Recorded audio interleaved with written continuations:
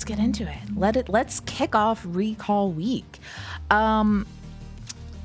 So, if anyone here, or for those not familiar with what Paradox Perfect is, it is a absolutely just wonderful little game of trying to keep timelines correct and not doing it, more than likely, or messing it up a little in the way in the goal of keeping this paradox perfect. But the most fun part of it is you build your characters and the lore of this world by playing Mad Libs. And we did that during our session 0 because we needed some of those prompts to actually build the character themselves. But we did not read out the Mad Libs in the session 0 because I thought, hey, it'd be really fun for all of us to just freaking wing it and let the audience hear what Mad Lib lore we created at the same time as the players. So, real quick, here I'm gonna be helpful to my players because I know sometimes just reading a paragraph out loud is hard to take in the words when you're not looking at them.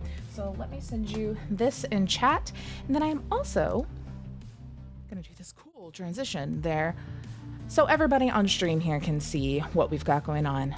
So everybody, you'll see very quickly why we have named our city New Raccoon City, and it resides on the Isle of Dogs. But in the not so distant future, the globe-spanning Tanuki Corporation, all of our bright colors, all caps, are ad lib words.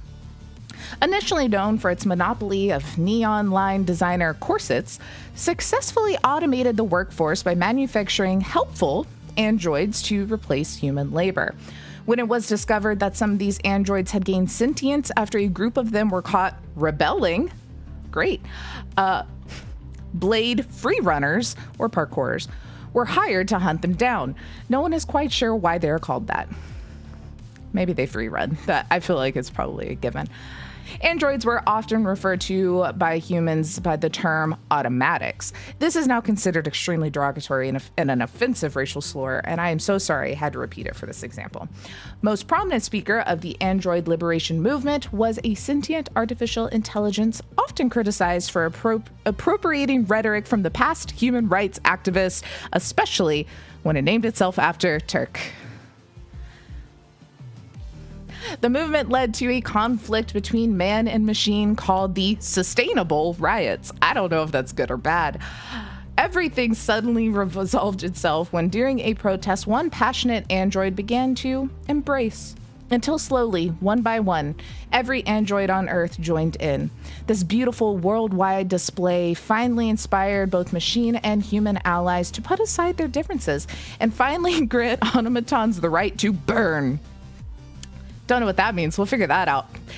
As machines integrated into society, cyborgs became commonplace. Humans merged their body with metal in the hopes of becoming more convoluted. Don't we all? Thankfully, what was once a violent and challenging time in history has made way for a significant rise in peace, prosperity, and kindness.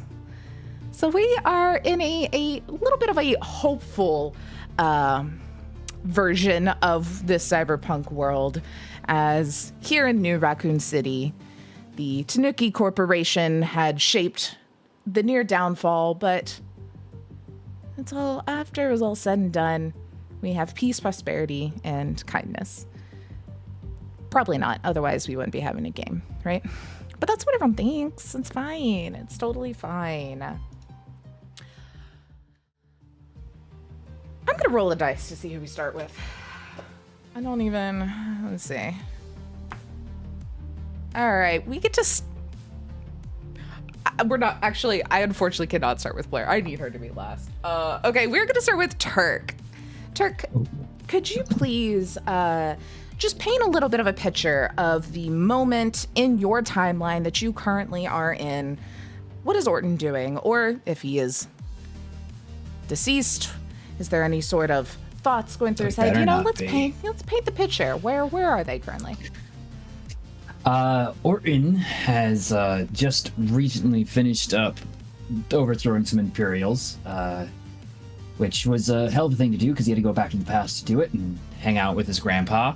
But also during that time, having been able to adjust things such that the group wasn't in such a bad spot, he's refound his flying Aether ship and has decided that he's going to sail around here for a little bit before jumping back to his original time, just see where things are before they all settle in, become ruins, so we can go and, find all the good stuff later. And so he's currently just riding around on the winds in his flying ship, just looking at his quest watch, if you must know. Mm-hmm. That points him where all the cool artifacts are. Absolutely. Yeah, I think you're flying. You're just living life, right? Nothing weird could possibly happen. You're by yourself flying around looking at your quatch. I got a small crew, but yes. Yeah, well, yeah. Everyone takes a moment to look at my quatch. We need to know where we're going. Right. Your quatch starts to act a little weird. It seems to be, pulsing oddly, pointing in various directions. When you hear what almost sounds like a rip of time and space, there are so many noises and sounds and weird instances all in one moment in a bright flash of light. And you look behind you, standing behind your little captain's chair here, is like a 55-year-old woman. She's just dressed in a polo and some khakis, has on some sensible shoes, has not a quatch, but has a interesting watch-like apparatus on her arm. That's the only thing that doesn't look just so extremely mundane. Has a 80s perm hairdo, 80s blue eyeshadow on, lip liner, not enough lipstick to go with it. You know, the vibe. She's like, oh, hey, you're Orton, right? Yeah. Sorry, you are, and he's probably looking up because I assume she's probably humanish height. Yeah, probably, five. Or okay, never mind. She's about as tall as Orton then, because he is shorter and kind of just. Can I help you with something? Oh, hi. Yeah. My name's Sharon. I feel like it's a little better if we just maybe talk about this back at the office. And she'll just go to grab your wrist. And you feel like you are just jettisoned out of the ship, just air rushing by you. You can't see anything.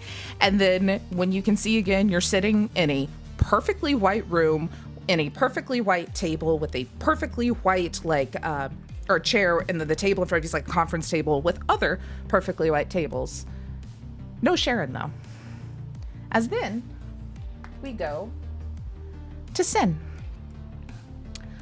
Would you describe, please, where your character is currently? What's a little bit of their surroundings? I feel like is the best term. Is it's not necessarily a physical place. I think we find you. Yeah, in this case, it's seen as what Dwayne imagines. Like, his brain is processing where he is at because he is dead. He canonically died facing off with a big badass of a creature and closed the wound to save some of his friends. But now he is seeing the world as this pastoral landscape with a simple homestead in the middle of a sun-baked field with several trees around, and he is actually chopping firewood. Even though this area has perfectly temperate temperature, everything is as perfect as it could be, but he is restless. You also hear this very odd noise that just Not necessarily explosion, not necessarily a tear, but something kind of in between. And there's a little flash of light. And probably just from like the wrong room, didn't quite get in the right place. You hear, oh man. I think I came a whole month late. Leans through the door and you see the same middle-aged woman. Did you already die? Yes, ma'am, I did. Who exactly are you? Oh, hi, I'm so sorry. My name's Sharon. Nice to meet ya. Nice to meet you. And Dwayne is very weirded out because the only person that he has seen in this place is his dearly departed wife.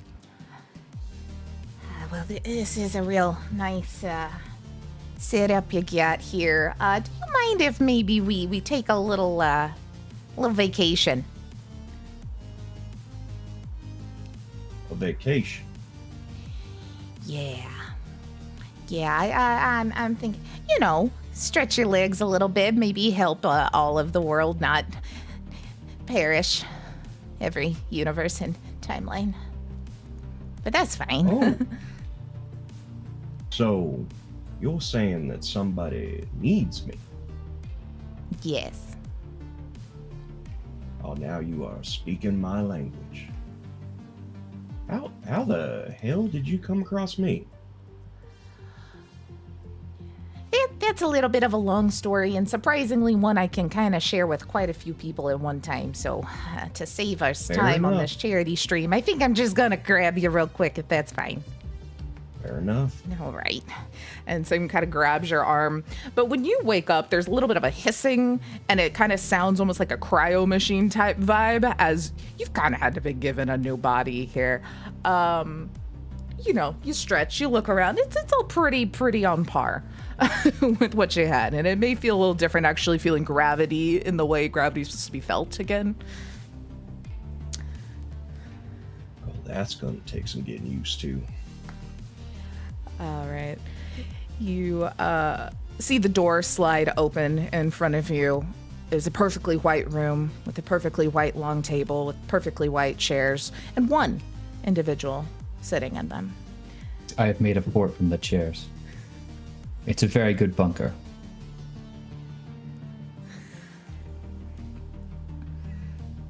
Okay.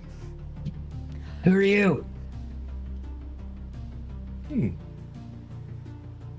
Apparently, somebody who's gonna be working with you.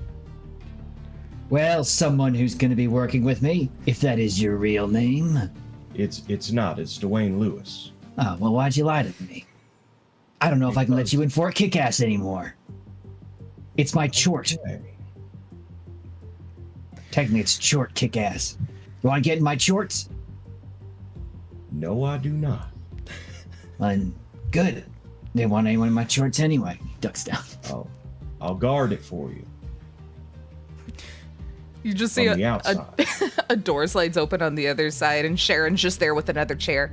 Here you go. And then the door shuts back again. As we will then, let's go over to Heck. Could you explain to us where Emmett is in this moment? What are they up to? Yeah, probably just moments ago, Emmett has reboarded the cruise ship and is taking off from a planet that they just saved from a fair amount of chaos, maybe causing a little too much chaos in the process, but that's just how the team works. But Emmett is going back to what they like doing best. It's like messing around on the computer, playing chess with the dog. The dog's actually really good at chess. Surprising, but a very talented corgi, that one. But yeah, they're just going back to business as usual until the next thing comes up. Yeah, you're playing chess, and your corgi pal is set to win. Unfortunately, you're looking at this and you're not seeing quite a way to win this round. That is until he accidentally just throws the entire chess board and all the pieces on the table as he kind of does the little like doggy mohawk thing when they know something's about to go wrong, and he kind of does the little grumble, looking around for a little bit, as then this just, you're looking at it as it is just a almost like a just what's the whatever the Avenger Endgame, because it was the last one, the big circles everyone walks through, it's like a very quick one of those with that same boom of noise as you see just a middle-aged lady. She's got a little bit of a data pad in her hand this time. Looks to the dog. Emmett? I thought you're... No. Are you Emmett? I am? I don't think you're allowed on the ship like this. I think there's a way that you're supposed to board the ship. There's a door right there. Oh, I'm not a big fan of doors. They just slow me down. Oh, Honestly. you have that door. It's just a different door, I guess. It's a much fancier door, which does make it very cool. Anyway, so sorry. Hi, I'm Sharon. I need to get better at introducing myself before telling people that I need their help saving the world. Hi, I need your help saving the world. And not honestly more than just your world, possibly every single individual universe and timeline on multiple worlds. It's a lot. Is it just you or the corgi too? I mean, can I take Stein with me? I mean, is he good in life-threatening best situations? Oh, he's really smart. He can get out of like anything. All right, that He works was for just me. about to beat me in chess. I never quite learned chess. My sons, they were very good at it, and I just pretended like I knew what I was doing. Anyway, and just gotta pick up Stein, give a little scratch, and then grabs your wrist, and whoop, through this door you go, and you're plopped in front of a individual just sitting in a chair, and then another individual under a fort of chairs in a perfectly white room with perfectly white table, and all those chairs being perfectly white as well. Stein on the ground just running around. Oh, wow. This place is really clean. Oh, this is like, sees a person behind all of the chairs. Takes a never. Oh, Do you recognize the authority of Short Kickass? of course I do. Alright, cool, you can come in if you want. I'm working on the basement if you want to help with that. Of course. You know, there probably should be a password if you're making a fort. Why? I feel like it just comes with every fort, right? Well, this is a chort. Easy to mistake. You know, makes sense for me. One of the chairs gets lowered by some rope as a drawbridge. What is this fort becoming? It's very complex. I love Quickly, we need to build out the larder before winter hits. This is turned into the pillow blanket fort from Community. It's just so complex and so large. Where did these chairs come from? We don't know. Sharky's Well, bringing them Dwayne in. is like sitting on the side of the fort, just like reading a random newspaper that probably has Ipsum Lorem typed over it. I've turned Dwayne into a mighty Is he paper joining the parapet. fort? That is the tower that is Dwayne. He's been very useful in guarding. Yeah. I'm trying to build some murder holes into his hairdo, but you know. Howdy. For the record, Dwayne is a 6'2" bald man Try to grow him some hair and then with a thick beard that might be where the Oh, Where I'm just like up here from one of the areas of the chort and just kind of like pat your head with some liquid. Just give it a little bit. oh, this is gonna take some getting used to. You found Thought chia Nelson pet was seeds. bad. Jeez. Sorry. I love it. We'll then go to JT. Will you please paint us a picture of the current scenario Forge is in? So Forge is in his mech. His mech, as of current, is being carried by nanite-fueled zombies, and he's in freefall. His mech is starting to show several critical failures, and the emergency hatch won't open. Well, this is quite the pickle I seem to find myself in, isn't it?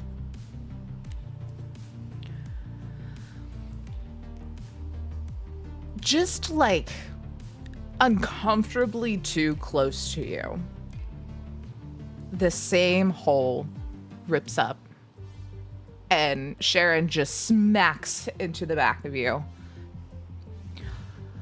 Oh, what you got going on here? This seems a little... I'm afraid you found me at a really inconvenient time, so if you would like to survive, I'd suggest you make haste back to wherever you came from. It's going to be a rough ride from here on. That sounds like a good idea. All right. And just like hugs onto you and you both disappear and you're plopped into this room with the scene we have laid out. Oh. Well, what do we have here? Hold fast, brave defenders. Quickly, Dwayne, assess the situation. Hello. I don't know if I can rightly assess that. Perplexes my great tower of Dwayne. Identify yourself. Well, my friends call me Forge.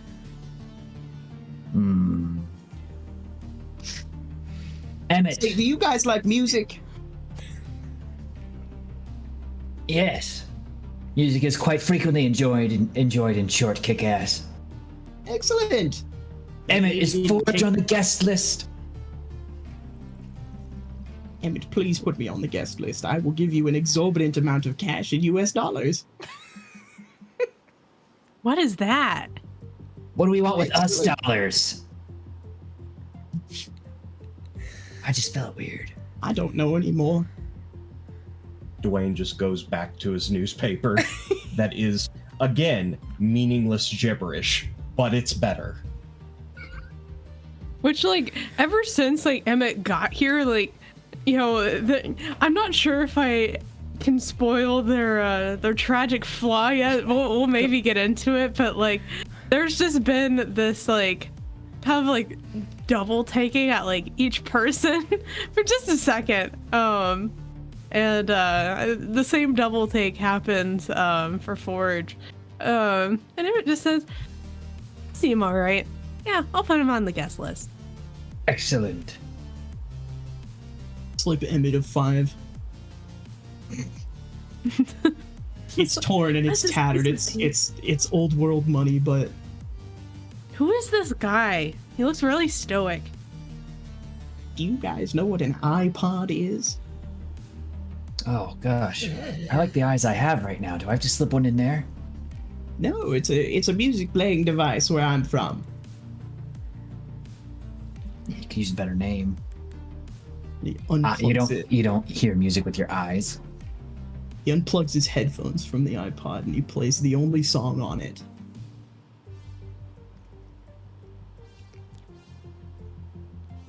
I'm technically Bloody Holly by Weezer. Yep. Just in time for a raid to get here. Yeah! Hey, Eldritch Osiris Games. Oh What's boy. up? Hello. Welcome to whatever this is. It's chaos already, and I love it. And Dwayne, uncontrollably, though he has never heard Weezer in his life, is humming along to Buddy Holly. Yeah, this guy gets it. What the hell's going on? While you are all serenaded by the sweet, sweet dulcet tones of Weezer, we're gonna go over to Blair. And this is going to be a little multi-part here, as we're going to flash back 3 years previously to this random world's current timeline that you are in, where we see could you explain where Gutterball was the day he met Sharon the first time? Totally. Gutterball was in just his little village, his little animal village. Like I said before, Gutterball's from a Wanderhome game, so just picture basically Shire but animals. And there is a very big party tree, and Gutterball is working hard, doing his favorite hobby, which is sleeping underneath the party tree on just a nice summer day, just taking in the rays and snoozing hard. You're snoozing away, having like the best of days, just a warm nap in the sun. You can hear the little like cicadas in the distance as it's warming up, and you're just so happy when all of a sudden there is this loud whoosh boom noise, and with your eyes closed you see a flash of light even brighter than the sun for a moment. As a possum, do you play possum, or are you a little more like agile with it, seeing as it's you're also a person possum?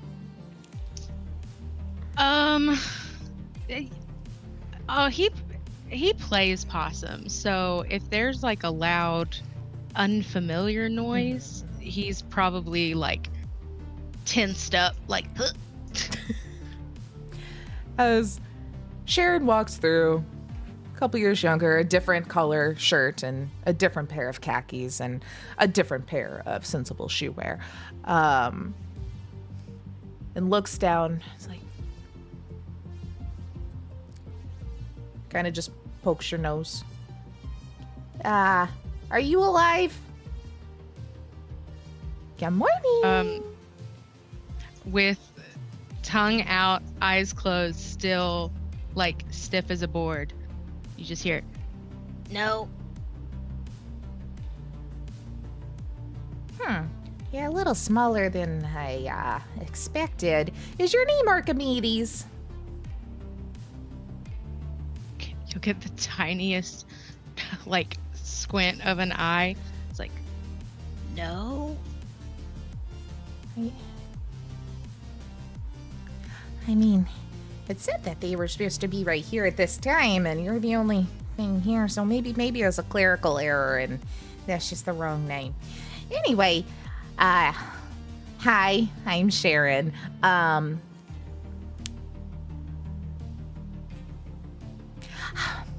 I've never had to pick up a possum before that talks. Do you mind if I just touch your paw real quick? And I think with that, just like getting the vibes of like friendly, you know, that Midwest mom vibe, Gutterball will pop up and stick out a paw and go, sure, I'm Gutterball. Gutterball. All right, let me just go ahead and update that file real quick. All right. I hope you don't get car sick, Gutterball. Grabs you and then just like whoosh of the feeling of just immediate fast travel.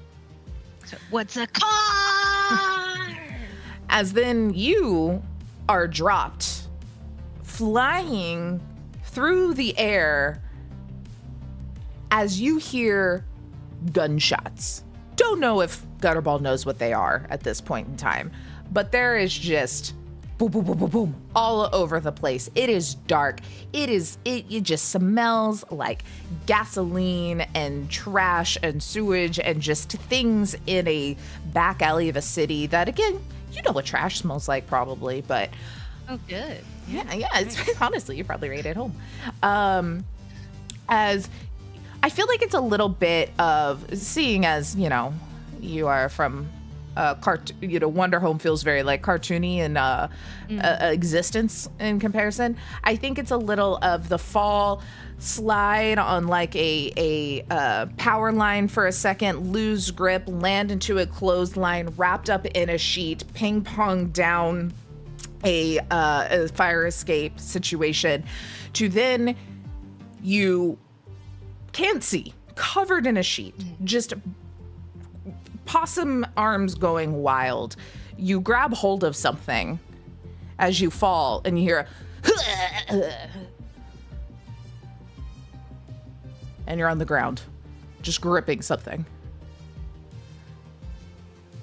Like,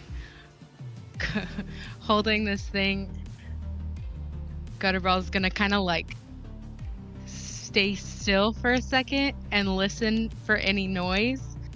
And if there's no noise after like 10 seconds, we'll probably just start to shake, but like not let go of whatever he's holding on to. You shake the curtain or the sheet off of your face as you see you are holding onto the hilt of like a katana, because that makes sense in a cyberpunk world, that is embedded into the chest of a very cybered up human, dead.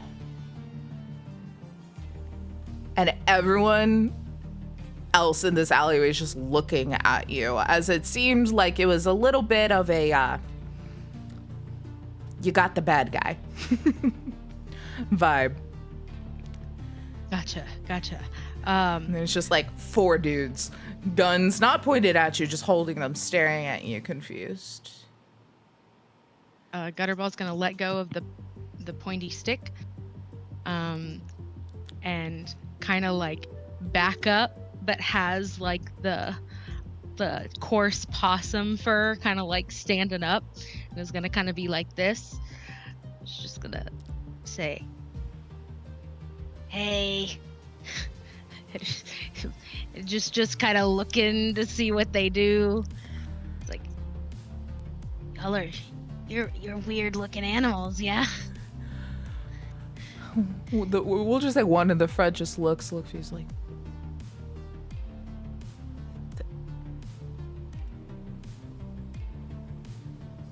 I didn't think they made cybernetics so small yet. That's impressive. Thank you. What's your name? Hi, I'm Gutterball, and we'll like is still like kind of like freaked out mode, but has lifted one arm to handshake. Gutterball. That's a good handle. Okay. Gutterball, I'd like to buy you a drink. Yeah.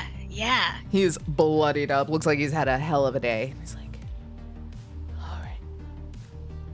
And you walk off to have drinks with, what's this guy's name? You want to give him a name, Blair? Sure. Is this like, does he look official in any way? He's just a booster Or is he ganger, just- dude. Yeah. This is Ron Candle. Ron Candle. Love it. Candell. Ron Candell, sorry. Candell. Okay. You go off, and for the next 3 years of your life, you're a part of this crew, man. Not even are you a part of this crew, they kind of look up to you. They kind of look to you for the hookups, you know? Who's gonna suspect a little possum guy just running around the city, you know? It's true. And then one day, you hear this rip in reality again. And Sharon walks through. Gutterball, right? Yeah, there was your name. It's Gutterball. This time Sharon sees Gutterball, who is the same size. Maybe if everybody can like think of what would a possum look like, a little bit more muscular. That's the image. Has like a with like the, what are those? It's like the bullet like belt bandolier across thing. the chest. Yeah, yeah. One of those has like a little like tool belt, an eye patch, and then a small pistol now pointed at Sharon. It's like this big. Yeah. She's like, oh, I see you. Whoa. Hi. Charlie. Sharon, very Sharon. close. Yeah, how you doing? It looks like you Hi. settled in. I hope. Are you? You settled in? You like it here? Well, like, would you complain Oh, yeah, or? this place is great. I love it here. This is so good. A lot more happening than where I'm from, but you know, it All right. smells good. There's a lot of fireworks. Bullets. I've been told those are bullets. You know, a lot of different action. Okay. But yeah. Wonderful. So you would like maybe not complain to corporate about a little bit of a mix up of leaving you here for too long and accidentally grabbing the wrong person or anything, right? Like you're okay. I wouldn't even know how to talk to corporate if I even wanted to. Wonderful. You didn't tell me anything, so I did not. You were supposed to know because you were supposed to be somebody else. Anyway, well, hey, I do have another bit of a job for you. It would involve you leaving with me for a second, but we'll come right back here. I'm gonna get you a new crew. How's that sound? okay. Do I get paid? And you get like a little bit of like a sly look on it because he knows now. Like, do I get paid? Yes, you get paid, and your entire timeline does not blow up and get overtaken by a evil time jumping person. Different forms. With them. Okay, that's new. Sounds dangerous. I'm in. Wonderful. Well, we'll also make sure you get some more. What's the currency here? Dollars? Is it dollars here? Credit. Oh, okay. We'll get you some of those. Blair question mark. We're making it up as we go. This is a fake world. She'll grab your hand and whoop. You are dropped in, and everybody is now in the same room where you see just a possum-sized possum with an eye patch, a bandolier, and a very tiny pistol in one hand. Reeks of trash. Well, shit. Now it's a party. I have Whoa. I haven't seen one of those since the world ended. It's just a Have beastkin. Go ahead, Blaine. Sorry, I have one question because this would be the first thing that Gutterball sees. Stein. What does Stein do? I don't think Stein, but like, he would be surprised at, something like immediately appearing into the room and like immediately turn his attention to that. But like, I don't know, I feel like he's generally friendly to just about anything. I was just like kind of curiously looking like, can I get closer? Can I not? Can I get closer? Like he's kind of testing that boundary, but not in a threatening way. Gotcha. Okay, if Stein doesn't do anything like come up to him like really fast, then that's cool. Sorry, that's just like the first thing. Gutterball would look to the other thing that is also Gutterball's size, and Yeah. then acknowledge the larger people in the room. I think after checking Stein and then looking at everybody, Gutterball will run over to a part and like climb up the chort. I'm sorry, is it that Yeah. what it's called? Okay, just I want to get the terminology correct. And sits atop. Is like, all right, crew. I'm Gutterball. What's your names? Sound the alarm. Somebody's invaded the chort. No. That's our captain. Obviously, anyone who calls some people crew knows that they're the captain. I like the way you think, little man.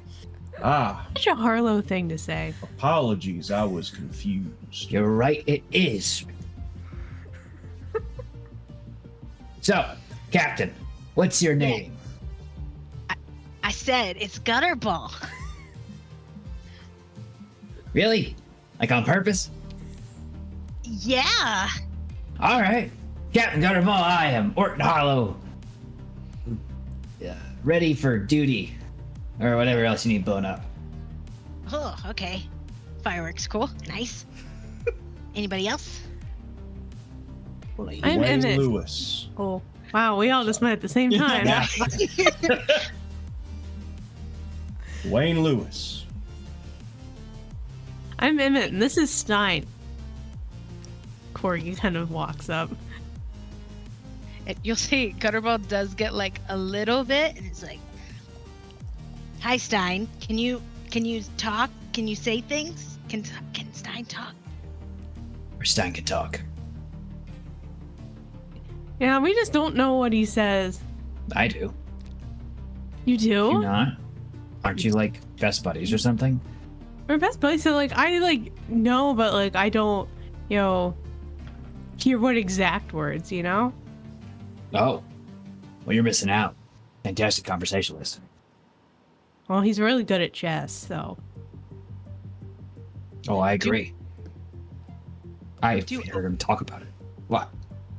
do I hear exact words? Like what? Weird, timey. I think I will say I think in this world, like in this in between kind of space that y'all are in, probably yeah. When you get to this other world where we have established that seagulls and crabs are the talkative ones, we'll see how it goes there. We'll see how that flies. But yeah, there's probably, I don't know, if Stein's just a little buddy, it's probably just a lot of like, hi, yeah, I'm good at chess,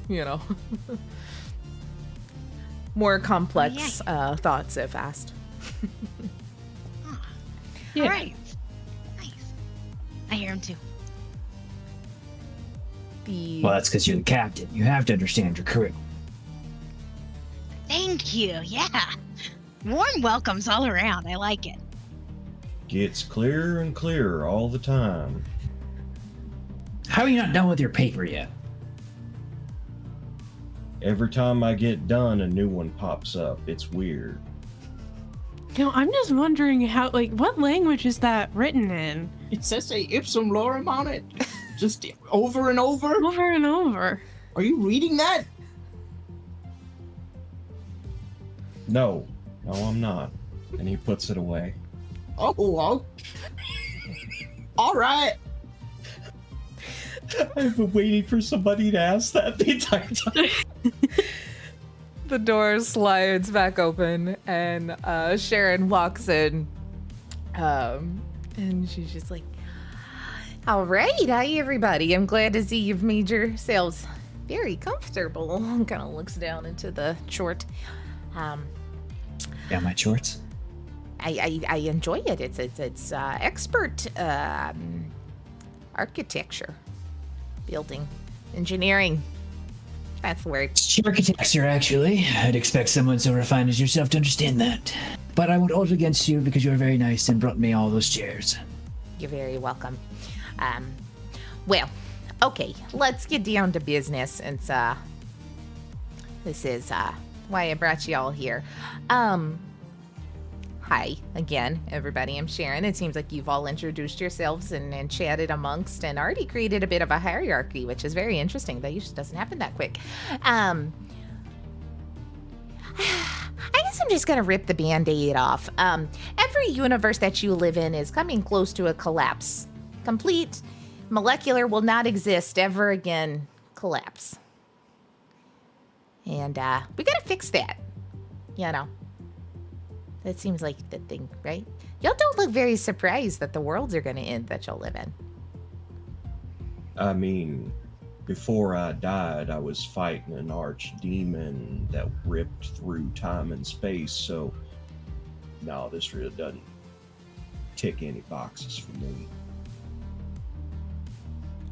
I'm more concerned it's happening again? Oh, okay. So this is something you're all used to Interesting. Well, that's actually gonna make it a lot easier then. If y'all aren't gonna have to go through like the whole healing process of learning that everyone you ever have known or loved will die soon. So great that we don't have to go through that step. She just flips through like 17 pages of her like little script. All right. So, oh, I can skip this one. Y'all already picked a captain. All right, everybody. So you are all at least honorary for a moment. Members of the agency. It's nondescript and mysterious on purpose. Just because it sounds fun. But really, we're just a bunch of group of folks from all different types of timelines, just trying to make sure that this, the paradox remains perfect. That's kind of the whole deal here. And it seems like there was a couple of little anomalies that popped up on the planet that Gutterball here was residing. Unfortunately, one of those anomalies was Gutterball because I forgot to take him home.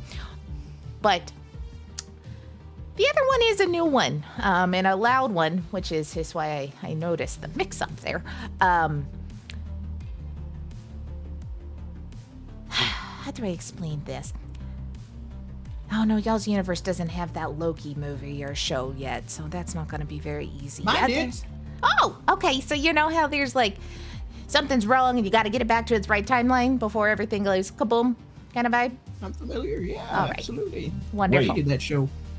Yeah, it's What in something. Sam Hill are you talking about? Show like a stage show? Yes, but on a screen after the fact. Oh, I've never had to really explain what a TV thing is. You'll learn all about them. I bet Gutterball can show you quite a few things. Oh, you're gonna be All right. out of your element. Captain Gutterball, actually. Captain. It's the smartest rodent I ever laid my eyes on. That is accurate. I've never met one that could talk.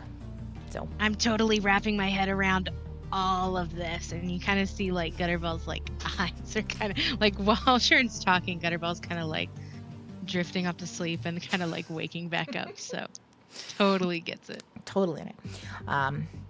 Anyway, all right. So this other little anomaly that was popping up for us that seems to be causing a little bit of problems in the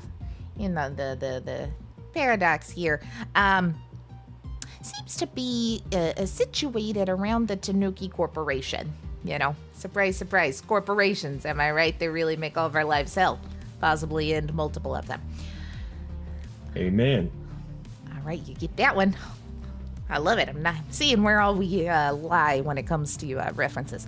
Anyway, there's a bit of an odd blip, which made us look into this corporation a bit more. I've sent over. Oh, you got the blank papers. Those are supposed to be templates. I'm so sorry. Here, and pulls out another one that has essentially the lore of the thing. It looks just like the newspaper you've been reading that has nothing on it. I'm so sorry. I gotta mixed up the templates to the real thing. But anyway, they're quite ingrained in this world here, and they make all sorts of automatons and such that had, kind of become sentient. They all coexist now, and it's a wonderful time, right? Well, corporations be corporations sort of thing, and there's some rumblings of some anti-automaton talk happening again, people that are very like anti-cybernetics, all of those like wonderful things. And the factory for the Tanuki Corporation has been ramping up production. It hasn't done that in quite a while. I mean, their corset one had started back up, but not the automaton one. But the weird thing is there's like employees came in, they didn't really come out, and it's been going nonstop, and that's real weird. And I think it's about time we get some boots on the ground and see if this anomaly has anything to do with these imbalances when it comes to the ecosystem of the city. And well, if we're gonna be honest, I didn't think Gutterball was the only one that could handle this, and it seems that all of your timelines have the same kind of echo that makes up this anomaly's signature, which makes me think that it has something to do with a little bit of what y'all don't know what happened yet, and we don't really either. You're the ones to fix it. That's the long and short of it, right? Any sort of questions? If it can get fixed, we'll get it done. All right. Will we be allowed to keep anything we managed to acquire during our time here?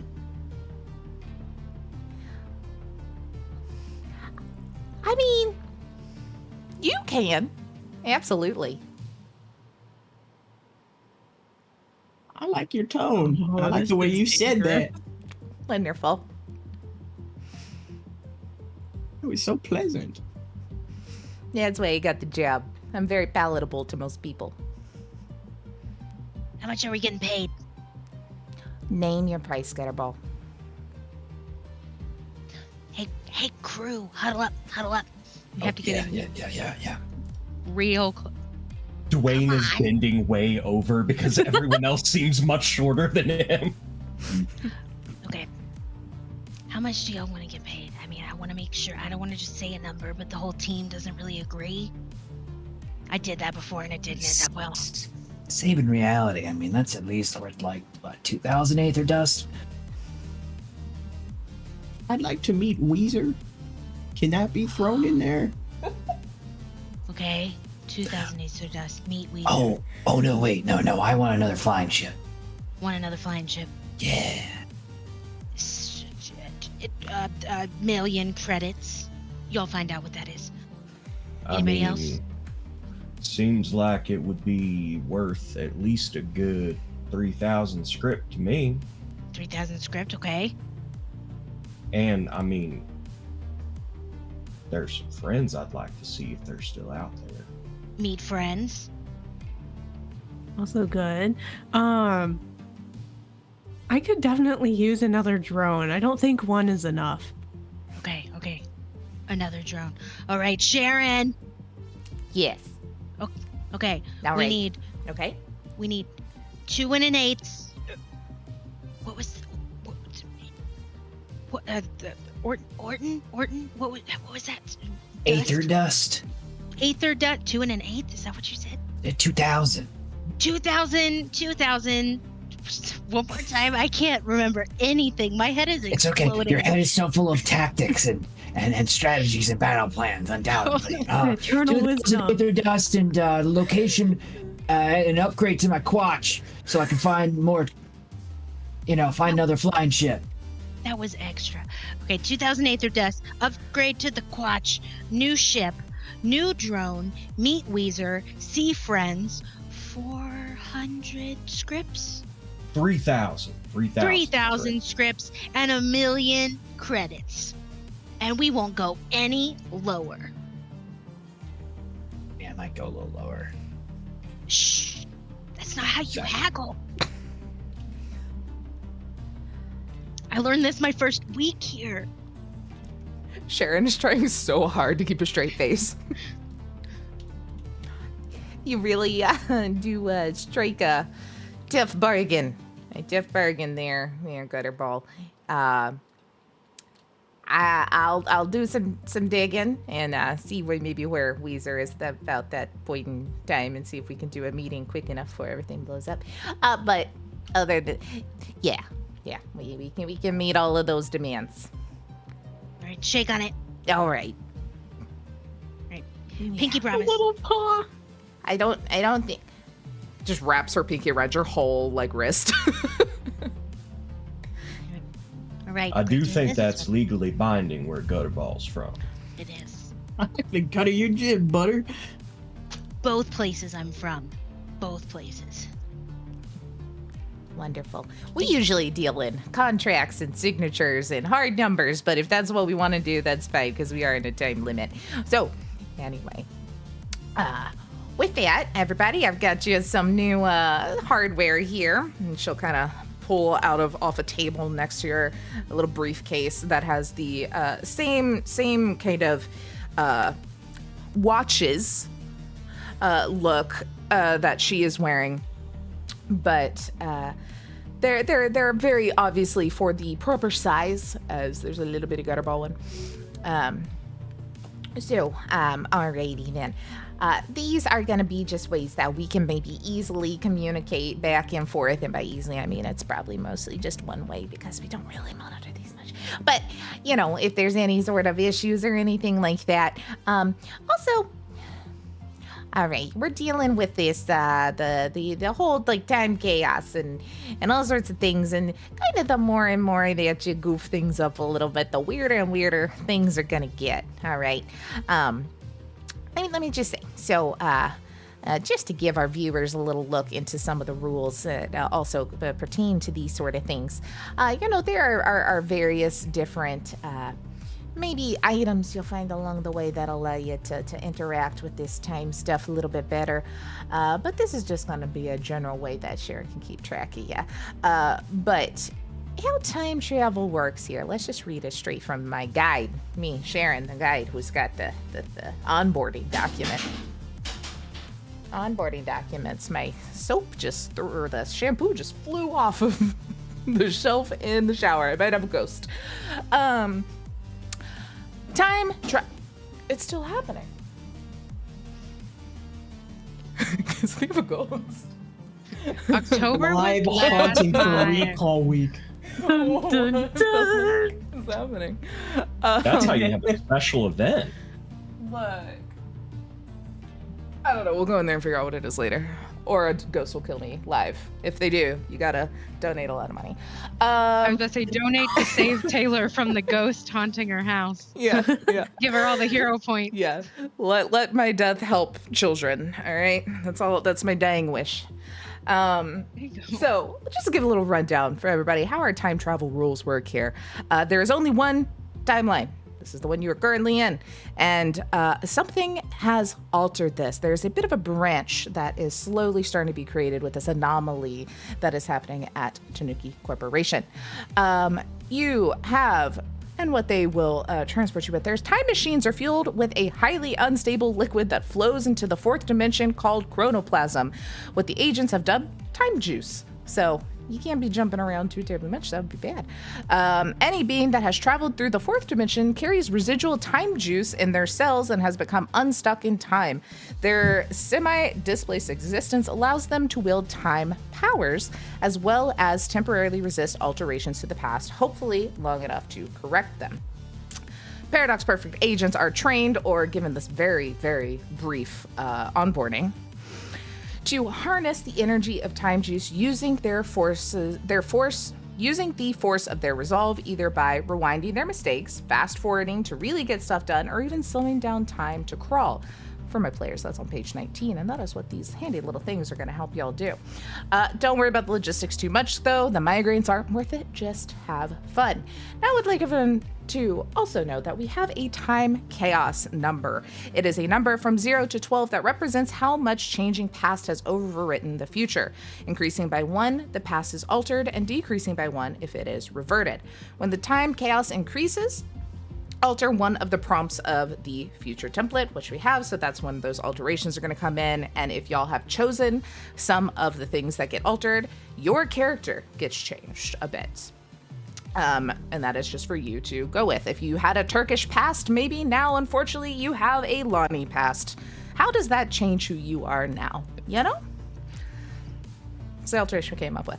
When the time chaos increases, like I said, they change. When it reaches 12, the player's future is completely rewritten. Paradox Perfect has lost. So you don't want to get that to 12, y'all. We don't want to do. Okay.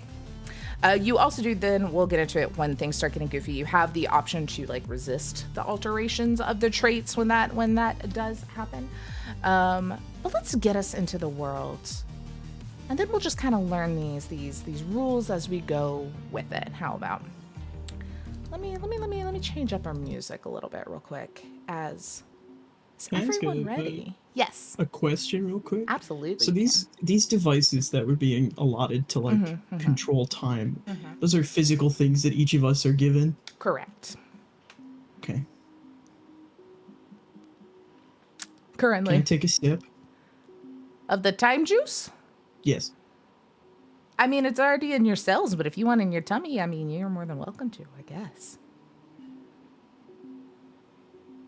What does it taste like? It's got a Alka-Seltzer flavor. That's what time juice tastes like. Yes. No, that's right. Would you describe for me as you take a little sip of that, and this is fully up to you, just throw whatever comes to your head out there. What is a flash of an image you see, or memory, or a scene? Doesn't have to be something you've necessarily interacted with previously or ever, or even involve you. What does that sip give you a flash of? How do I say the endless abyss of Yggdrasil without coming off as insane? You're drinking the time juice that works the time machine you're holding. You're gonna sound a little insane no matter what. Yeah, okay. The endless abyss of Yggdrasil reaching in both directions. You all watch Forge just kind of like crack open a little bit of like the little watch face area where there's some of that liquid. Think of like a thermometer. Just take a little sip, close it back, and just their eyes go black and stare off into the distance for just a moment, and then back to themselves. Oh, we're controlling time with the good stuff. That's got to be at least 151 proof. Oh, more than that, my friend. All right. I have faith in all of you. Suck down the chime. The what? Juice of time, chime. Oh, I you're like changing the man. slang a little bit. All right, whatever you like. With that, I guess, if no one has any sort of other questions, we'll go ahead and get y'all in there. Take as much time as I guess you need to acclimate a bit, look around, but I would suggest maybe you come up with a plan and get in there pretty quickly. I unfortunately can't interfere too much because then that would be, time travel is crazy, right? I've lived so many lives and seen so many things. I can't influence what y'all do. But good luck. I hope your plan works. Otherwise, everyone you know is gonna die. Y'all ready?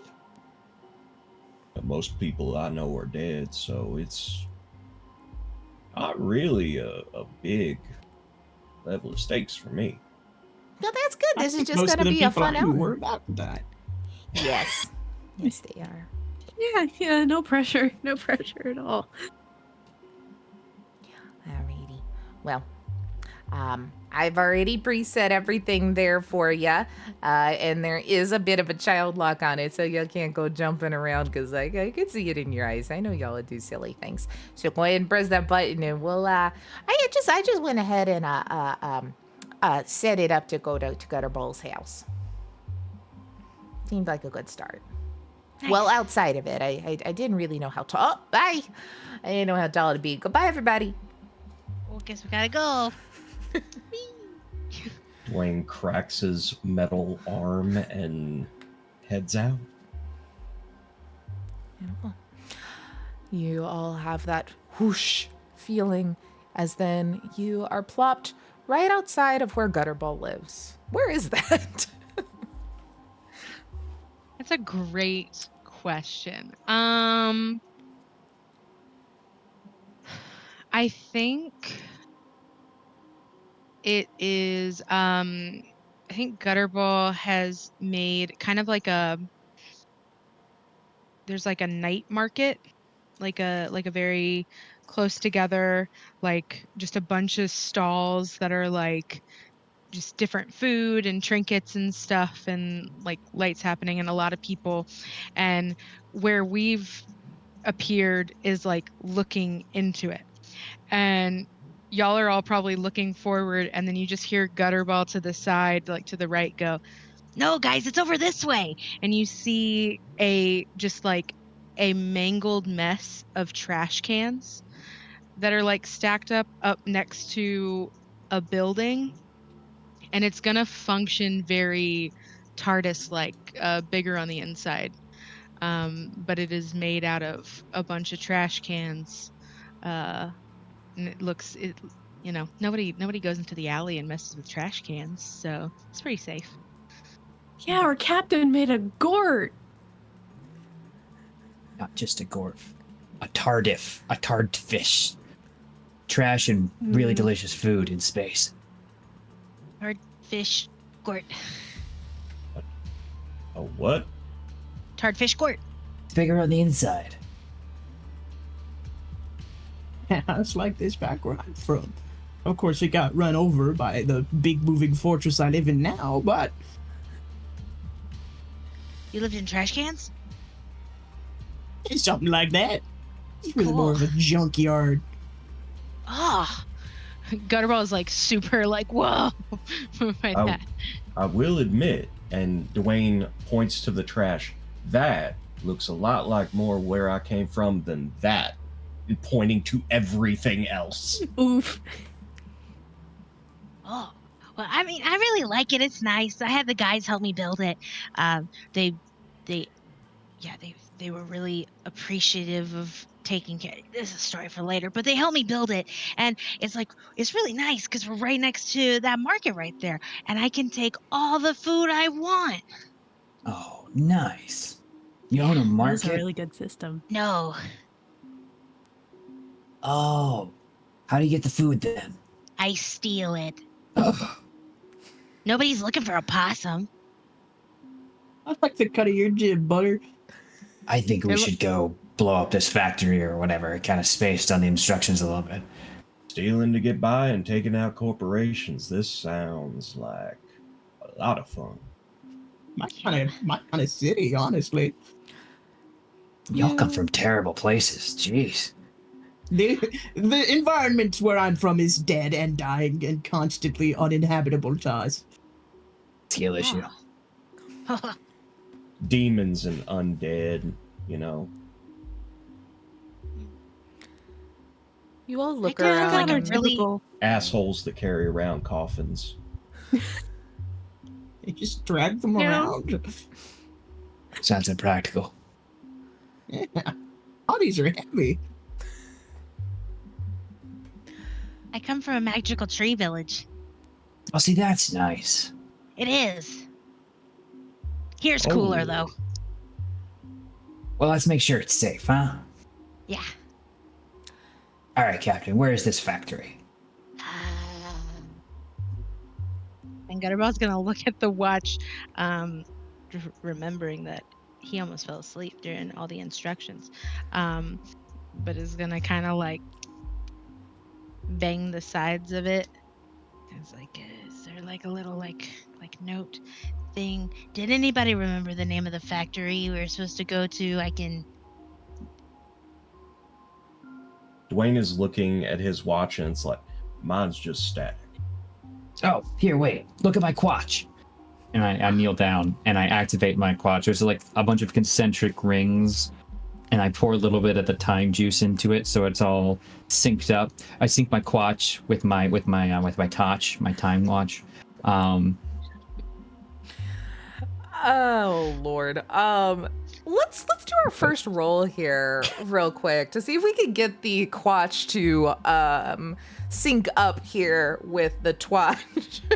Let's see if my twatch syncs up with my quatch. Yeah. My God. Yeah. To find our hate it location here. here. Straight.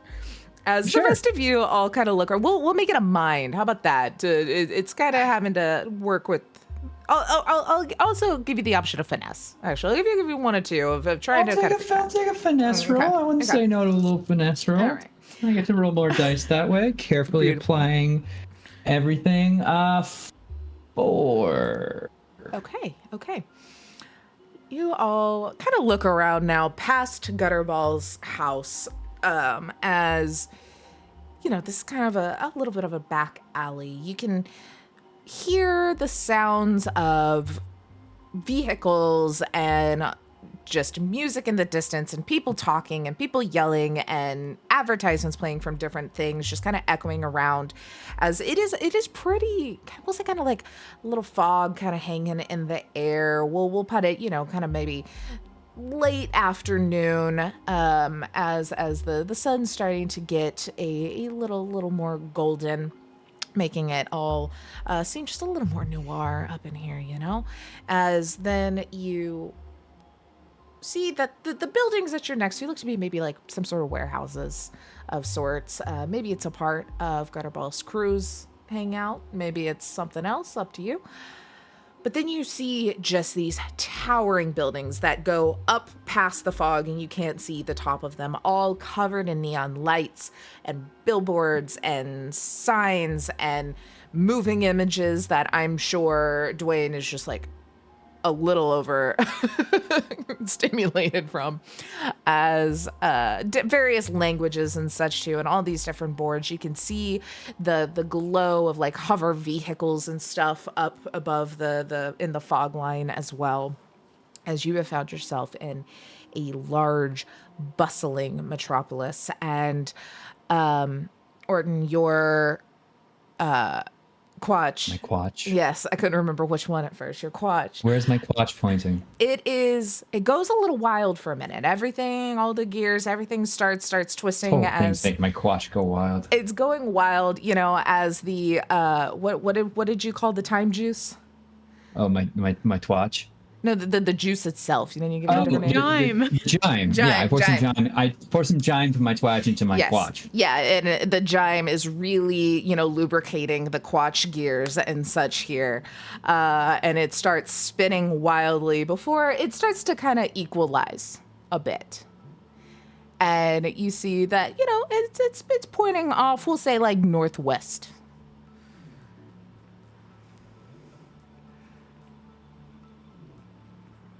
All right. Looks like our heading. And Dwayne looking up at all this, like all this isn't like spirits or demons or any of that, right? No. It's like electricity. I give you my Wow. hands on one of them. Steam powered. Got it. Sure. I was never told what electricity is. I just told that that's what it is. So That's maybe all it's I need. spirits. Let's go. As you say, let's go. I don't know if y'all have seen here, we have quite the stack of hero and villain points. And I'm in charge of villain points today. I'm gonna do similar to what I did to the actual Cyberpunk that I ran like last year, months ago. I'll like, you know, use some of them to make your life a little harder. But then when we get to the end, to this final guy, it's just gonna, however many we have left, is just gonna add so many extra like cybernetics and bullshit you're gonna have to interact with. So good luck. But you hear this booming voice from down the alleyway. Gutterball. Today is the day you die. As you turn around and see your arch enemy. What do they look like, Gutterball? In this world that I remind you is everybody has cybered up to be, what was the word that I loved so much? Shit. Where's is a good word. lore? I don't think it was the word, but Convoluted. Everyone has Right. cybered up to be convoluted here. Okay, so I picture you look down the alley because the trash can home is at the deep end. You look down, and the night market is lighting up this silhouette, and it's not a normal looking dude. He's like unreasonably wide, like more landscape than profile. And you just hear, like, after he says that, you just hear some like whirring of like arms coming out that just have these like clamp like things happening. And if this was a movie, you'd just see Gutterball have like a really like kind of that like anime style where it just gets his eyes and like the moving graphics in the back as he like slowly turns, and it's just hold on, I think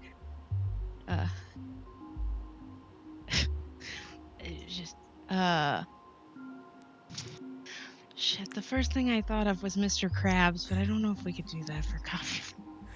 We've named it Raccoon City. That's We're true. That's stealing- true. We have added Buddy new Holly. items on. New. True. Very important, distinct. Mhm. Call him new Mr. Krabs.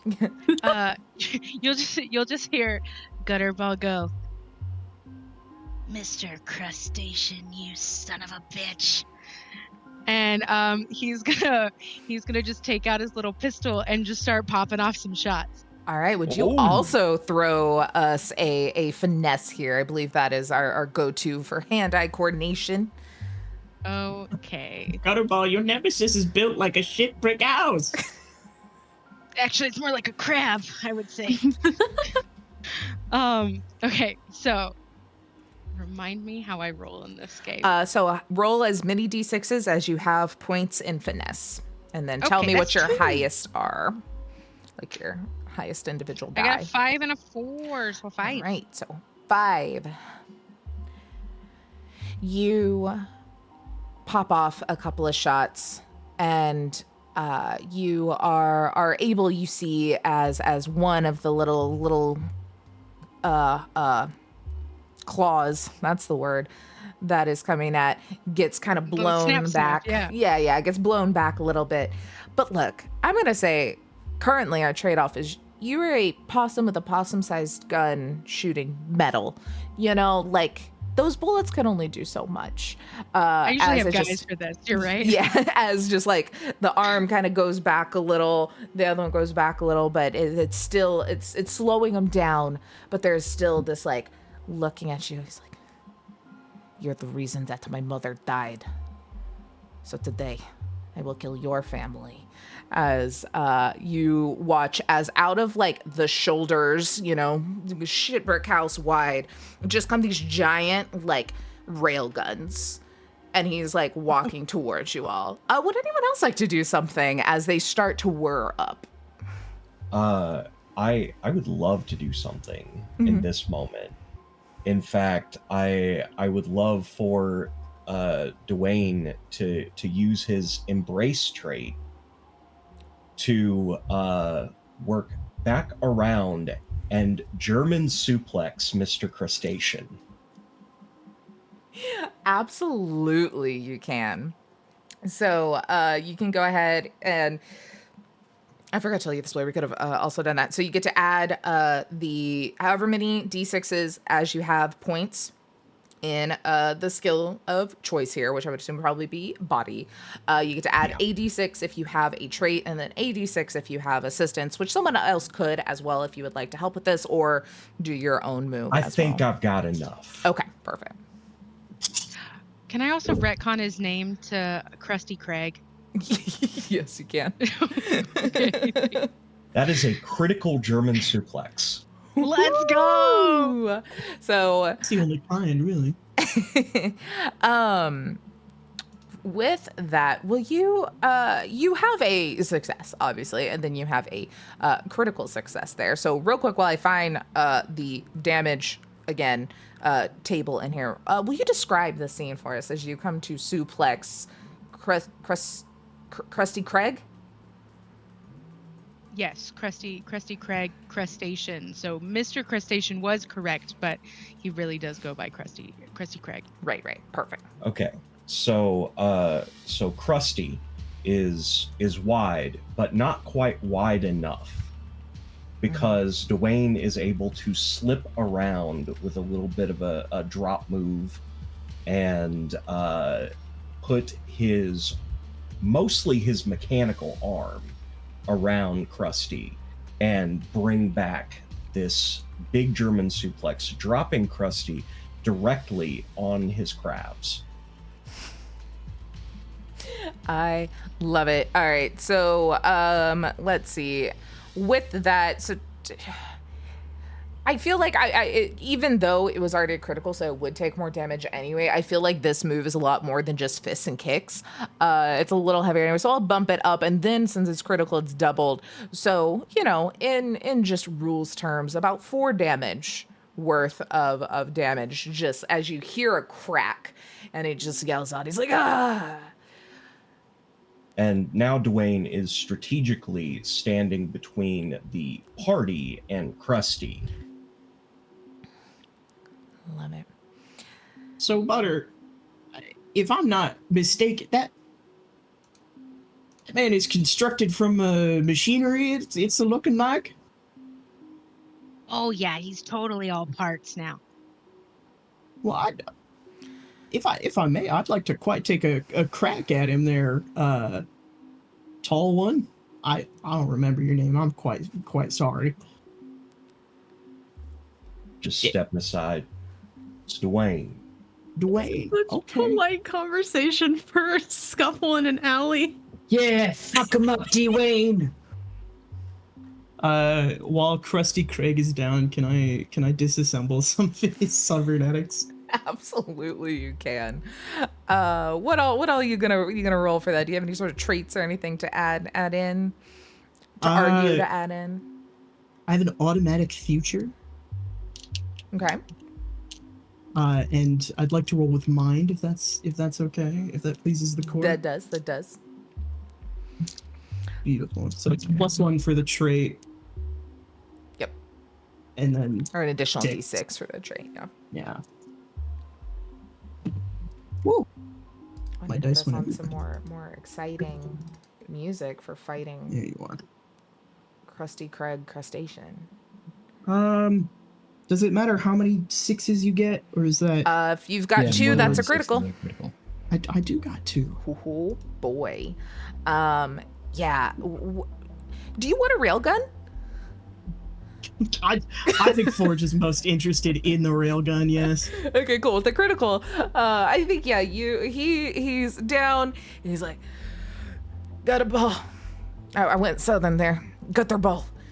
You have new friends and I did not like them, as he's trying to get up, but it's a little bit of a bug or a crab on their back, trying to like situate to like roll back up from being toppled as easily. Forge, what is there anything in particular you do as you're just disassembling some cybernetics, or are you just like nonchalant?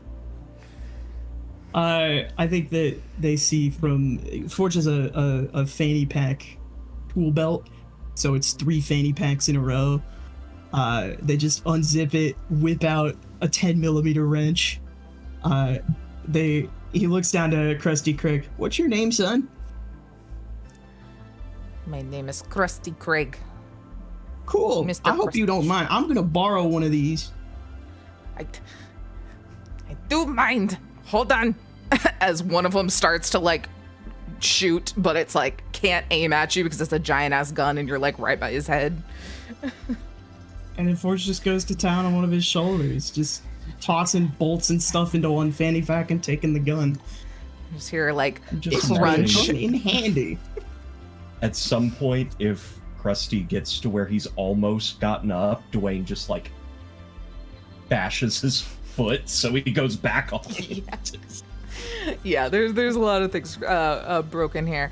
Would anyone else, as these two have kept him pretty immobilized and are now stealing a railgun, anyone want to knock him out, or y'all just gonna like walk off with his gun while he struggles with a broken ass on the ground? You know, there is something Emmett does want to do. Okay. So yeah, Emmett would like to take the remote control attachment from their drone and incorporate it into the mechanics of Craig's armor or being or whatever the mechanics are. Just to control them, to make them dance. That's all Emmett wants. Absolutely, you can. I love it. Please, what are we rolling for this? What pool are we making? Do you have any traits you would like to argue to add here? I mean, depending on how much I have to like finagle to attach this thing on, like maybe free run or parkour to kind of get in there, but like I think I love it. the closest I've got. So yeah, I'm not sure if it would be a mind thing to be able to incorporate or a finesse thing to like be able to free run to parkour to do it. I would say And more it's like- mind. I'll give you mind. You can Okay. still add your parkour if you would like, just to kind of add there. But yeah, I would say mind would. Fantastic. Ooh, that was not great. Yeah, no, it's gonna be a mixed result. Okay, that's still good. That's still fine. I rolled so many 2s and then a 4. Like, why? So Jail. I think the trade-off is here. You are able to start kind of tinkering in with these like very exposed cybernetics, and you start to watch as his feet start to do a little bit of a shuffle. But he's still stuck on the ground currently. But then it's like everything moves to help him get off of his like round back and flings you to the side, and you like kind of skid to the ground. We'll just put like one damage there. Will be our mix, our trade-off here of he starts dancing. What yeah, like I picture a little shuffle. That makes sense for a crab, right? Just Yeah. Shuffly dance. Orchids play on their iPod. yeah. But I will say that Krusty Craig here is just cussing a storm, spinning in circles, starting to kind of like scoot away, one railgun short. The like shell around his ass has broken, and you see his little spotted boxers. You know, the whole cartoony nonsense as he scoots off. And while this last thing is happening, Orton, Yeah. you hear from kind of like behind you. Hey. Up here, I dipshit. quickly pivot. I look up. You see a seagull, just a seagull, sitting Oh. on a power line, just looking down at you. How's it hanging? Duck, and he just shits. I just step back. Oh, that's very nice. You don't look very nice. Well, you know, I'm trapped out of time. I didn't really have a chance to put on my best. And Clothes. best clothes. Excuses, huh? Anyway, I hear What's you your talking. excuse for being a seagull? Ah, born this way. I didn't have to choose my outfit. You did. You blind? You don't even wear clothes. No, it's freeing. Anyway, I hear you talking about the corporation. Yeah. Kind of looks either way. I tell you how to get there. Oh, excellent. Wonderful. Follow me. He just starts to fly. Hey, the seagull's gonna show us the way. Somehow, Can I bring my that is- gun?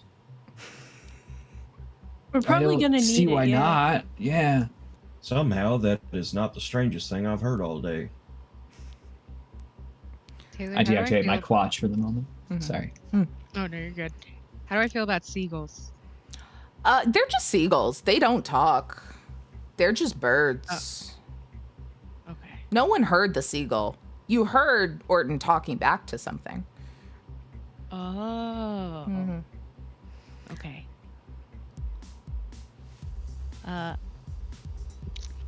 Can I do a thing? Sure. Okay. Gutterbell's gonna be like, all right, sounds like we gotta go. But he's gonna run into his little house. Can Gutterball have a possum-sized light bike? Absolutely.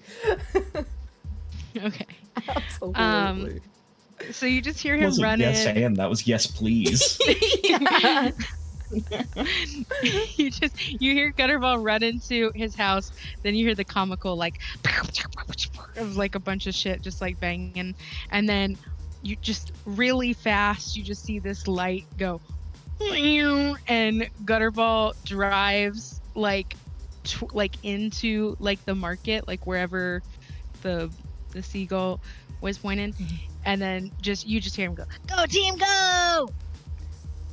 This And that's how he is- catches up with you guys who Yeah, I was gonna say have for the equivalent, this longer is stuff. like when a kid has like the little like Jeep toy and it goes as fast as a human walks. That's what's happening currently. And like I can hear that description too. It's like they're so loud. But you all take off. Orton, you are constantly being chastised for being so slow. And man, why can't you fly? As you follow the seagull and you all make your way through town and you pass, you know, the equivalent of like a Times Square where there's just people everywhere. And y'all see that everyone here is, I mean, dressed in bright, flashy colors and various streetwear. They all have bits of metal mixed in with them. A lot of them do also take on more animalistic kind of features, you know, maybe having big bunny ears, maybe having like larger feet, having a tail. Like it's this just a mix of like nature, human, technology all into one. That seems to have happened after the was the sustainable riots and everything calmed down. We still need to figure out how they're sustainable. It's a good name. As you make your way through this area, you pass apartments with different people. You pass these various sort of like parks that are very much set up in like VR because there's no room for nature really at any point in this city that is just the small island. You can constantly feel the breeze. You can hear the waves, the salt in the air mixed with just general city smells, foods, all of the likes, until you make your way to the opposite side of the island and nestled along the beach and the waterway, kind of up on some rocks and cliffs and such on the side here, is a rather large, imposing, granted everything on here is large and imposing, but this one more so in the fact that it does have that just like very dark kind of like Gotham style, whatever that type of architecture is that I can't think of the name of currently. Very like utilitarian looking vibe. It's still very clean, very much you can tell bits of it are a factory. There's a big actual tower itself. There is a bit of a entrance here that you can see kind of people coming in and out. So it looks like maybe this is all of the head of the operations here. As you see up at the very, very top of this, the Tanuki Corporation logo, which everybody give me a little, let's decide as a group, what does this logo look like? They used to make corsets, then they started making automatons, then they went back to corsets. I'm kind of thinking a pinup of an automaton in a corset. I think automaton. that or like- also, strangely, this automaton looks like it could, maybe, if you squint, be an Italian plumber. Oh my god. As See, long as it's on the another thing I was imagining I was is gonna like say a maybe in raccoon tail. addition to the corset, having like the big like hoop skirt kind of things that you would like make dresses around. Thinking about that too. I like it. But y'all are standing here in front of this giant thing. The seagull kind of lands on a light post nearby. All right. This the place. You gonna like blow it up or something? Is that what you said? I'm thinking about it. All right. You've been very helpful despite all your insults towards me. Yeah, I'm just speaking the truth.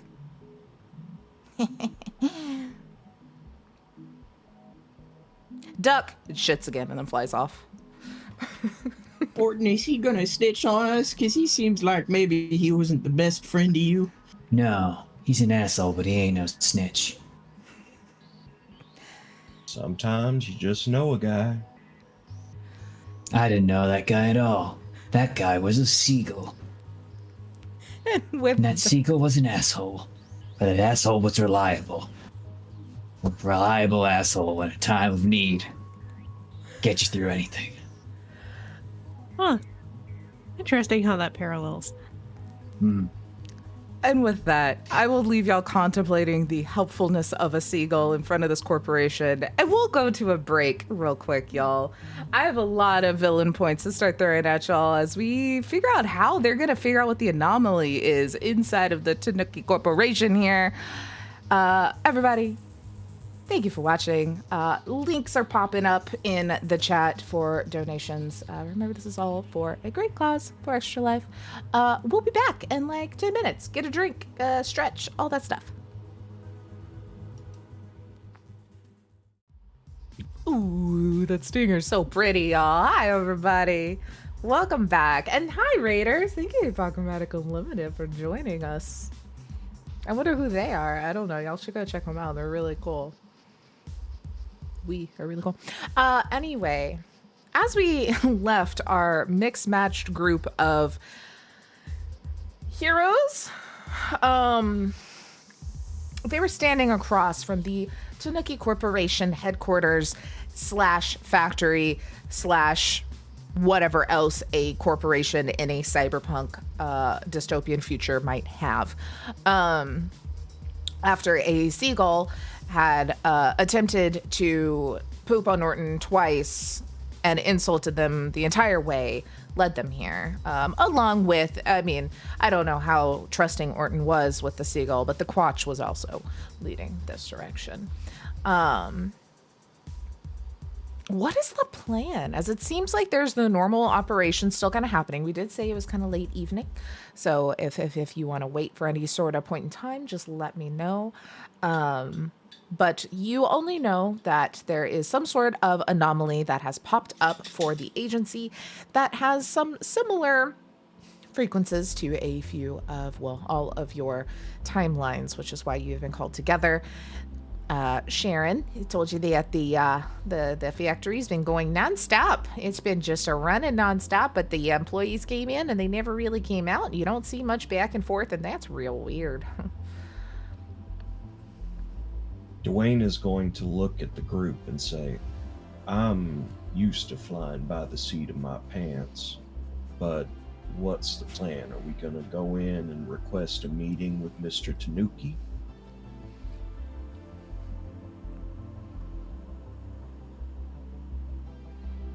I mean, do you think he's gonna talk to us?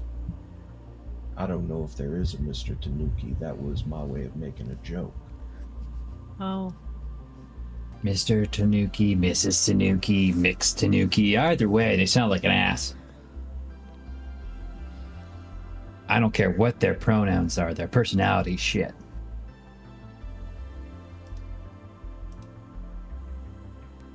Anyway. That seagull was trying to get you closer to being shit. Well, got a long way to go.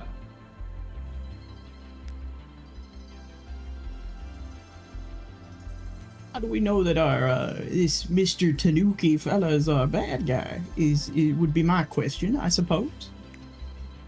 In my experience, there ain't no good guys among company men. He owns the building, that's the problem. Well, why don't we maybe sneak in and investigate? Real, like, secret-y, like? Nope. And I'm gonna start running towards the building, and I'm gonna free run up to a window. Absolutely, you can. I'm assuming as you're just running up, are you trying to do this sneakily by any means, or you just? I am trying to do this stealthily, like certain intellectual properties based of semi-historical periods that are influenced but kind of portray a secret war between two covert groups. But in this case, it's just me and seagulls as the two opposing sides of the conflict. Dishonored. Yeah. Well, no, I haven't done that yet. I haven't been shit on just yet. All right. Yeah. How would you like to roll this? That feels finesse. I'm assuming you have a parkour trait. Finesse, and I do have my present as parkour free run. Very wonderful. Go ahead and roll those. For those that aren't watching, our wonderful Mad Libs that we had earlier, all of those words that we filled in the blank also were the traits for each character. So they had to pick which word best correlated with their past, present, and hopeful future. So we've got a free running happening currently. 5. 5. It's my highest result. Okay. You kind of take off across the street. Like I said, it's real foggy already, and you're close to the beach. You got that. Do islands also get marine layers? I feel like they just get the marine at this point. Like, I feel like it maybe operates differently, but it's very, very low currently. As you are able to run up, there is a bit of a fence, obviously, on the sides of it that you very quickly kind of hop off of, like a bench onto a light post, huffed your way over the fence to a window that is there. You hear, while you're in midair, "Duck, asshole!" as 3 seagulls shit all over the platform that you were aiming to land on, and you just slide through it and kind of elbow your way up against the window. It doesn't break, but it stops your slide, and it's a little loud as you look in and just see a lady at a desk just looking up at you. Oh, you think just presses up against the window like, thank you. Hello. Hello? Does this window open? No, she reaches up and locks it. I understand. I understand completely. I just try and like take my boot and kick in the glass.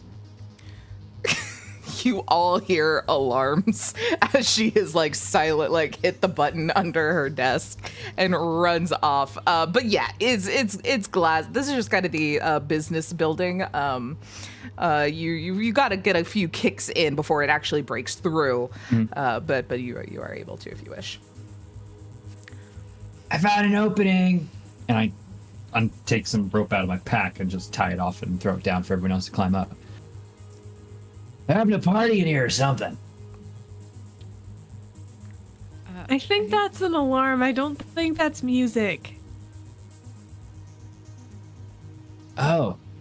It is really Nice. rhythmic though, huh? Let me see if I can get rid of it. It's very musical. Very musical alarm. The system is down. The system is down. The system. Oh my god. We really missed Yeah. a moment to make it think sound like Buddy Emmett, Holly. Oh, it's okay. There will probably be more. But as Emmett gets up there, they would definitely like to try to disable this alarm. That seems like a bad thing to have attention on us. Yeah. So you all watch as the front door, as you're kind of climbing your way up, has like a storm door essentially like close over the front of it. For Orton, everyone that you saw was kind of running towards the back, so maybe there's somewhere else or a panic room or like an outside exit somewhere else. They did not go at the front door. And yeah, you are able, you kind of come in, make your way through this hole that has been kicked through the window, and you're in just what looks to be a very basic kind of cubicle area, but like reception too, you know, very kind of customer facing desk area. But you quickly look around and it is all very high tech here, but you do see various kind of in the corner, especially in kind of the employee area which you are at, you can see a panel that looks to be some sort of node of different things that you can kind of run over and start trying to tinker with and turn this off. Yeah, I want to try to hack it. Hack it.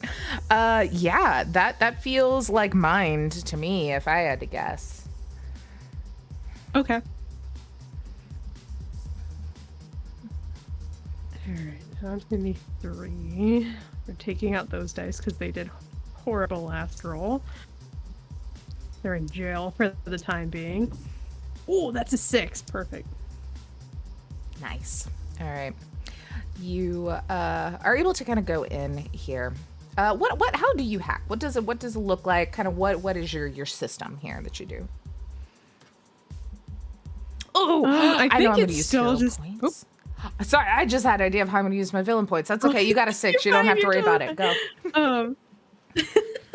Um, I think that a lot of what Emmett does is like plugging in like essentially this like a joystick like invention just around to be able to like hack into things and control like where if this has a screen like where the cursor goes, or to be able to get into different things. And it looks like it seriously just looks like a kid playing like Xbox or something. It does not look high tech at all.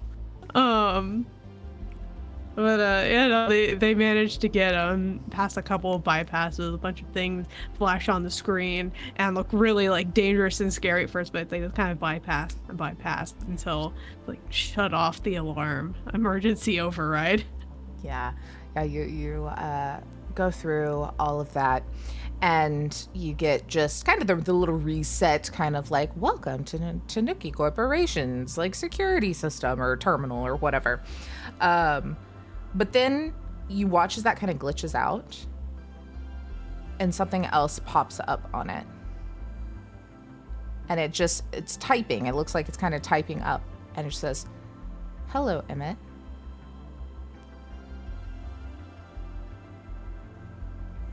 Do you ever want to go home?"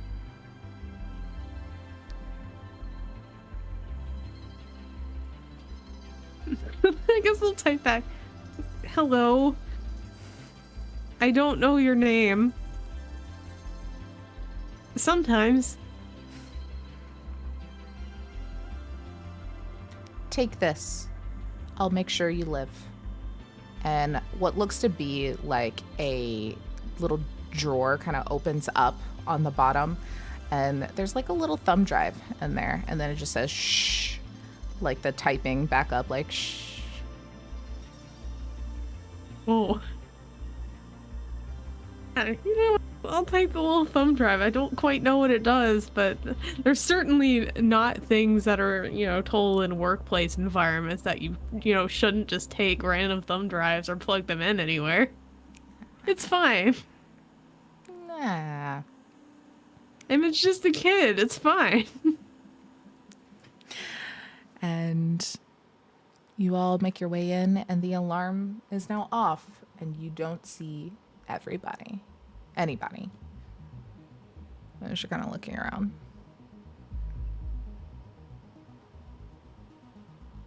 Were we all able to like climb up, or do we need to figure out a way? No, there's a rope. Oh, Yeah, okay. y'all are good. I will say, for flavor, to add in my tragic flaw right before that, before the alarms went off, Gutterball was not a part of the planning. Gutterball was smoking a cigarette, staring out at the beach, looking like really like the most hardened you have ever seen him thus far. Just having a moment, and then kind of like did a really cool guy like flick it off into the distance as soon as the alarms went off, and kind of, if he had a jacket, he would have done the little pop, but he just has fur, so it looks a little weird. Just readjust the bandolier. Yeah, and then just kind of up the rope. Okay. What would anyone like to All do? right, down there, a little slow. I think he was smoking a cigarette. Sorry, this is. He'll, as he's climbing up the rope, like look off to the beach again, and she's like, "There's a pretty intense battle that happened here. It's kind of hard to come back. Just Okay. rough it like up the rope some more. I don't All think right, I little want to varmint. unpack that right now. I'll be fine. It's okay. My head's in the game. I swear." Slaps You got himself. it. You got it, Captain. Do you need someone else to slap you? Yeah, go for it. I like very lightly appropriate to size. Thank you for prefacing that, because I totally was gonna like, go off if you didn't. Falls off the thing. No, I'm kidding. Just like, thanks. Thanks, Horton. I'm okay. I'm okay. Let's find this bullshit. Wayne is like, that would have ended very poorly if I'd been the one to slap him. You do look rather strong. I work out. About Okay. all you can do in heaven. In heaven? I was dead. Oh, Well, you right. look great. Oh, yeah, you look good for someone who's 6 feet under and done for. I think I step so. into the office and acquire one of the staplers. Sure, there's staplers in the cyberpunk world. They definitely still have paper. Or something, I don't know. I'm just sure. grabbing an office supply No, I thing love that it. looks I the love most that this shiny. is like a 1990s version of cyberpunk where they still have printers and paper and things, but everything else is high tech. The I mean, it did unimaginative like a blade. cyberpunk. There's blade free Free runners. runners, yeah, so we I are have to assume close. it's that kind of like, Yeah. you know, Retro sort of cyberpunk. future, but like from the view of the 80s. Yeah. So if we're going retro future, was using cyberpunk, do they still have like box computers? Yeah. Like Yeah. just Yeah. like Yeah. the big hunky monitors? Yes, We're absolutely. just gonna crack one open in this office and just take some parts out and put it in. We're not here to save reality. We're just in it for the loot, actually. She said we could keep whatever we took. Well, she said you could. Right. I've been given special permissions as someone who is probably maybe the smartest person here. The transitive property, I think that just means all of us, right? Like, that's how that works, right? No, I think she meant that I specifically was special. When you crack into that, do you see an anomaly in there? I see all kinds of anomalies. This thing is not built well. Is it the one that we're looking for? Probably, I don't know. You'll start to hear the click don't- of heels echoing from somewhere in the building coming closer. Oh shit! Wait, everyone hide, scatter. Forge turns the railgun on. Just Gutterball like plays. Going Gutterball to plays dead. Orton's gonna like Mission Impossible like split above the doorway. Dwayne is going to stand behind a desk, but it's not going to work very well because under his breath, you hear, "Ooh wee, I look just like Buddy Holly." Oh. Oh. You know what Emma's gonna do? Emma's going to find like a nearby like lampshade or something and just put it over Dwayne's head. You look like So it makes him look like he's a lamp. Then it's gonna crawl like under one of the desks or something. Like trying to keep Stein quiet.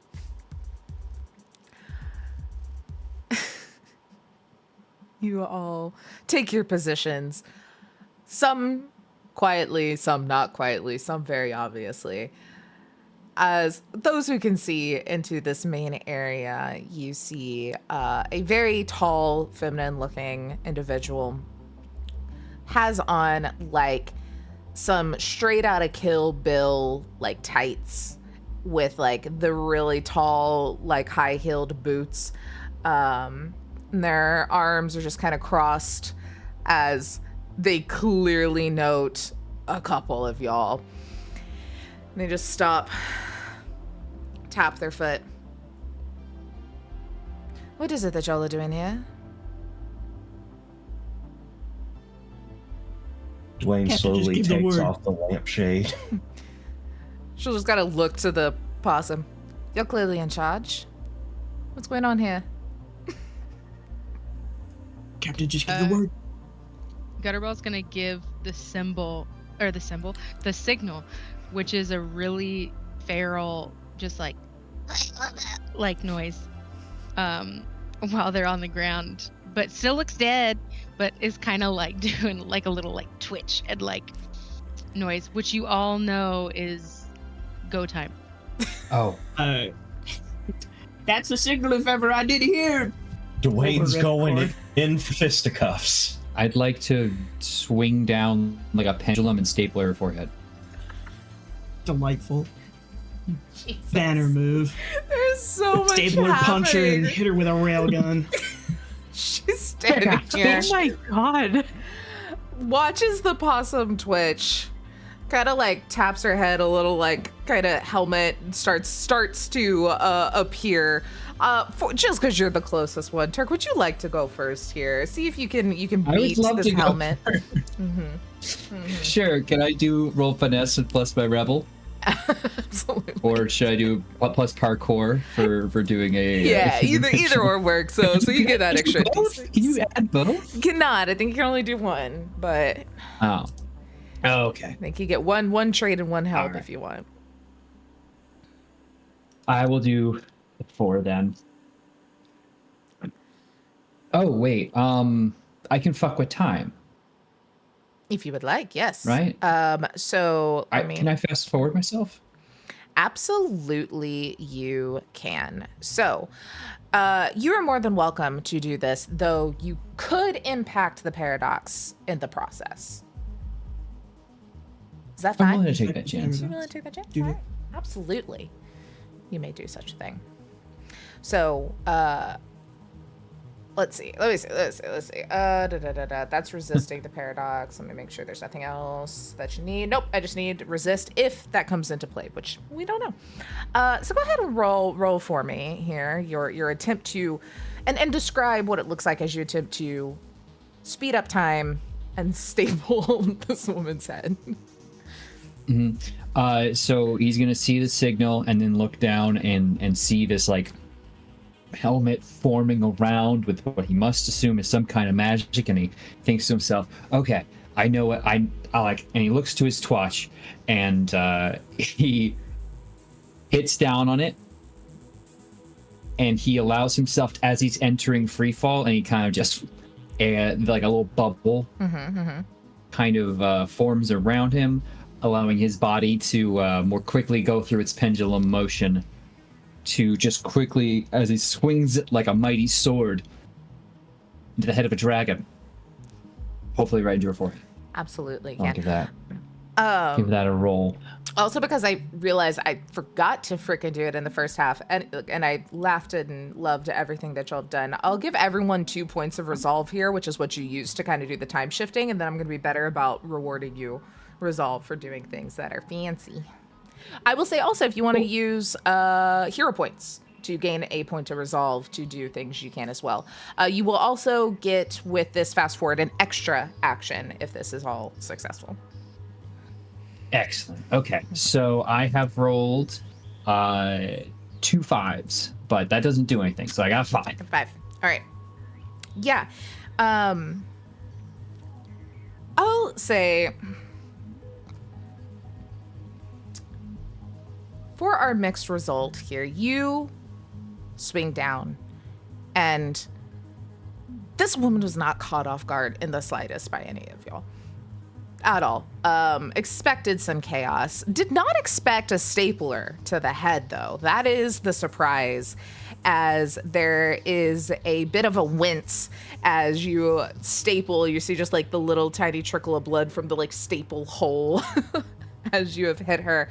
But she very quickly recovers and just like flips your momentum and just like heel on throat pins you to the ground.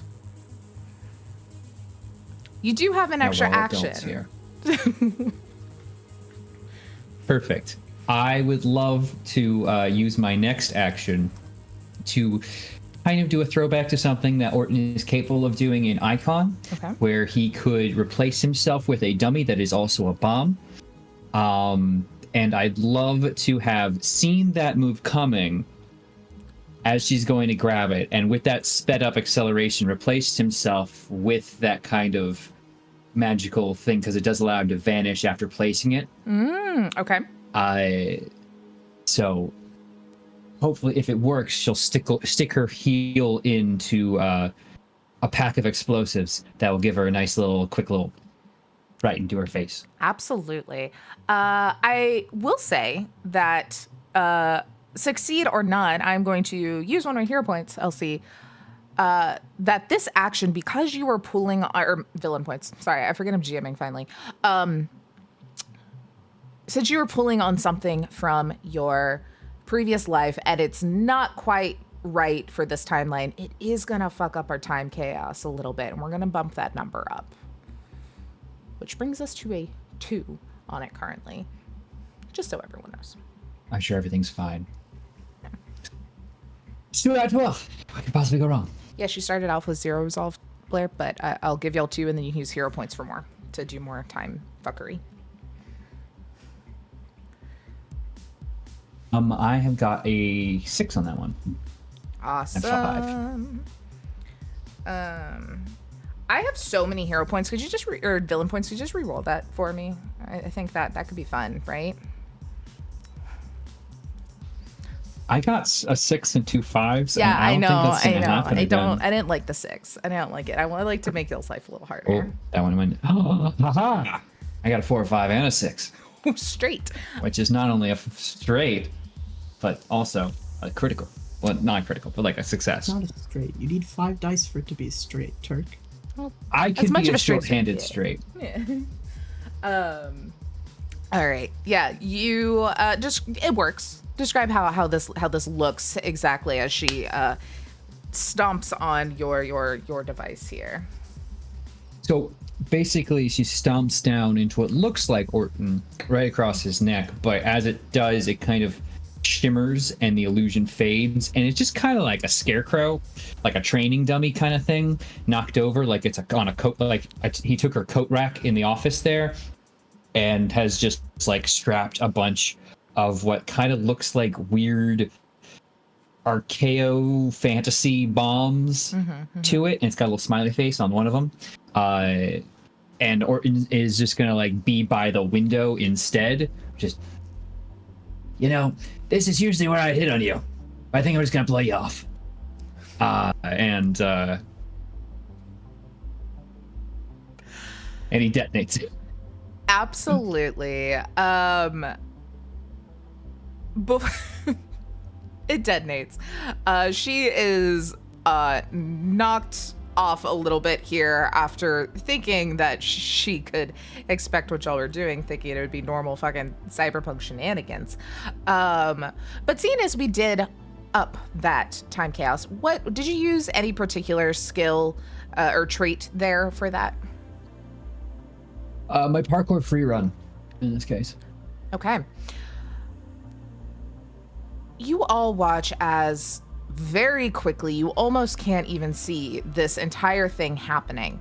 But then everyone gets a little sick in their stomach as something feels like it is changing. It's just everything looks blurry. Nothing feels quite right for the moment. Oh boy. One in the past. I'm trying to think what an alteration to free running is here in this case that is going to goof up this world. I thought about it, and it could be like yoga or meditation, the act of being perfectly still instead of the act of movement. Okay, I like it. We'll just switch to I can't spell. Perpetual motion to no motion. Yeah. Straight So leg walking like a barb. yes. Turk, do you have a D12 on you by any chance? And everybody, I forgot that was a thing we would occasionally have to use. And actually, I guess I have a D12. What kind of everyone who has parkour in their traits, you will need to roll a D12. You want to get above that if possible, or right at 2, which is what our time chaos is at currently. So you want at or above a 2. I rolled a 2. Ooh, okay. That was terrifying. So with a 2, I got a 10. nice. Oh, All right. 2. Well, that's good. So anyone who is above it, you are able to still keep parkour. You do not have to switch it to meditation. You are able to keep that as part of your trait.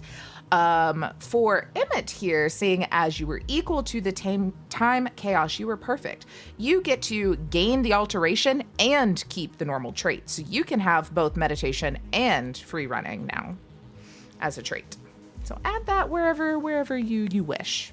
Do I taste Alka-Seltzer? So is that like Yes. Yes, you do. is that like softcore parkour? It's whatever you want it to be. Hardcore parkour. Hardcore I'm gonna do parkour. hardcore parkour here. Alrighty. She kind of stumbles back and kind of, after shaking off all of that, finishes actually putting on the helmet, which seems to just kind of form from the back of the suit and cover. She already had like really short buzzed hair, so it just kind of comes over the front of it as you...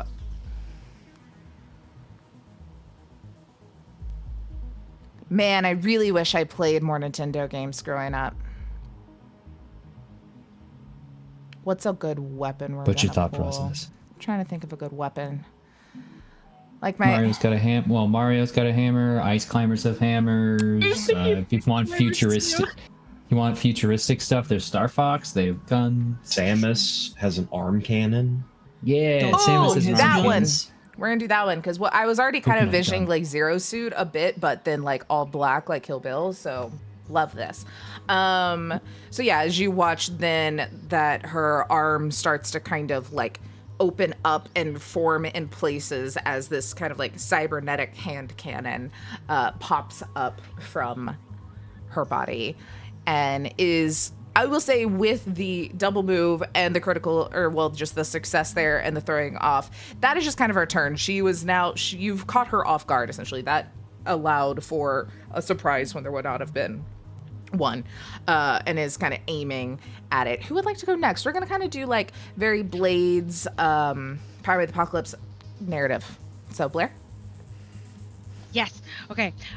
Using that kind of like distraction, can Gutterball kind of like get up from position and into the pistol kind of hook an attachment that is a grapple attachment, and he's going to shoot that past her, ride the momentum to follow it, and wants to use my helpful trait to try and wrap her up in rope and kind of have her locked in place. Absolutely, you can.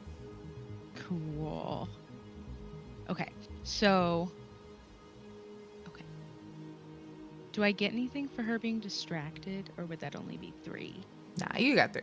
You're getting to go before she tries to Okay. shoot your buddy. That's what you're getting for her being distracted. That's fair. That's fair. Valid. Okay.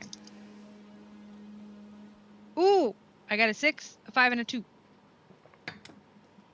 Okay. You are able to do such. You kind of start to wrap around, and she starts to get all caught up and doesn't seem to be able to move forward at all. Though her attention has turned to you, Gutterball, as watching as this is all going, kind of trying to keep a balance as much as possible, and starts to train the hand cannon in your direction. What do you do to attempt to avoid this? What does that look like?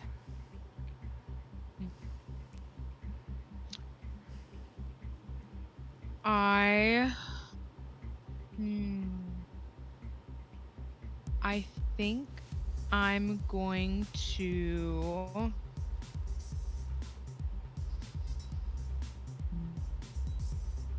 hold on. Oh. Okay. I think I'm going to use my embrace trait, and I take that as like embracing the new world that I'm in. Absolutely. And I like as Gutterball's like going around, Gutterball's gonna remember all the cyberpunk slang that he's learned, which is probably more than Blair knows, and is just going to shout at her like really loud and really like piercing, just a bunch of like cyberpunky insults, like you smelly Jumba, you don't know, like I don't know any of them.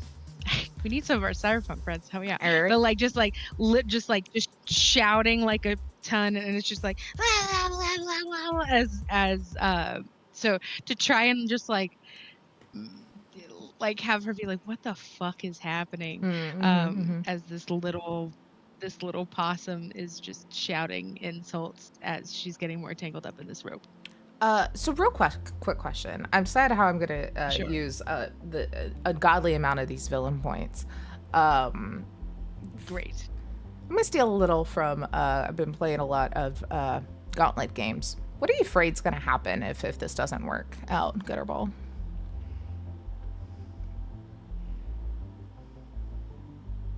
What am I afraid? If the whole mission doesn't like? If No, the, this if current every- action.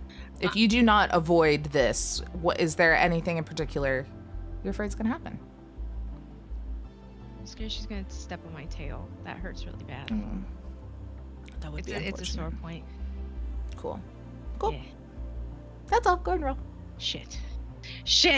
My tail's gonna get stepped on. Okay. If I'm using this Yes. skill, I've been playing what- lots of public access attribute? and the between. Nice. What attribute is this? I would say probably what's the dexterity one? Finesse. Yeah, if you're trying to kind of keep away, or you could do mind if you're wanting to do more the insult than the actual avoid. You get to tell me and then argue don't. it.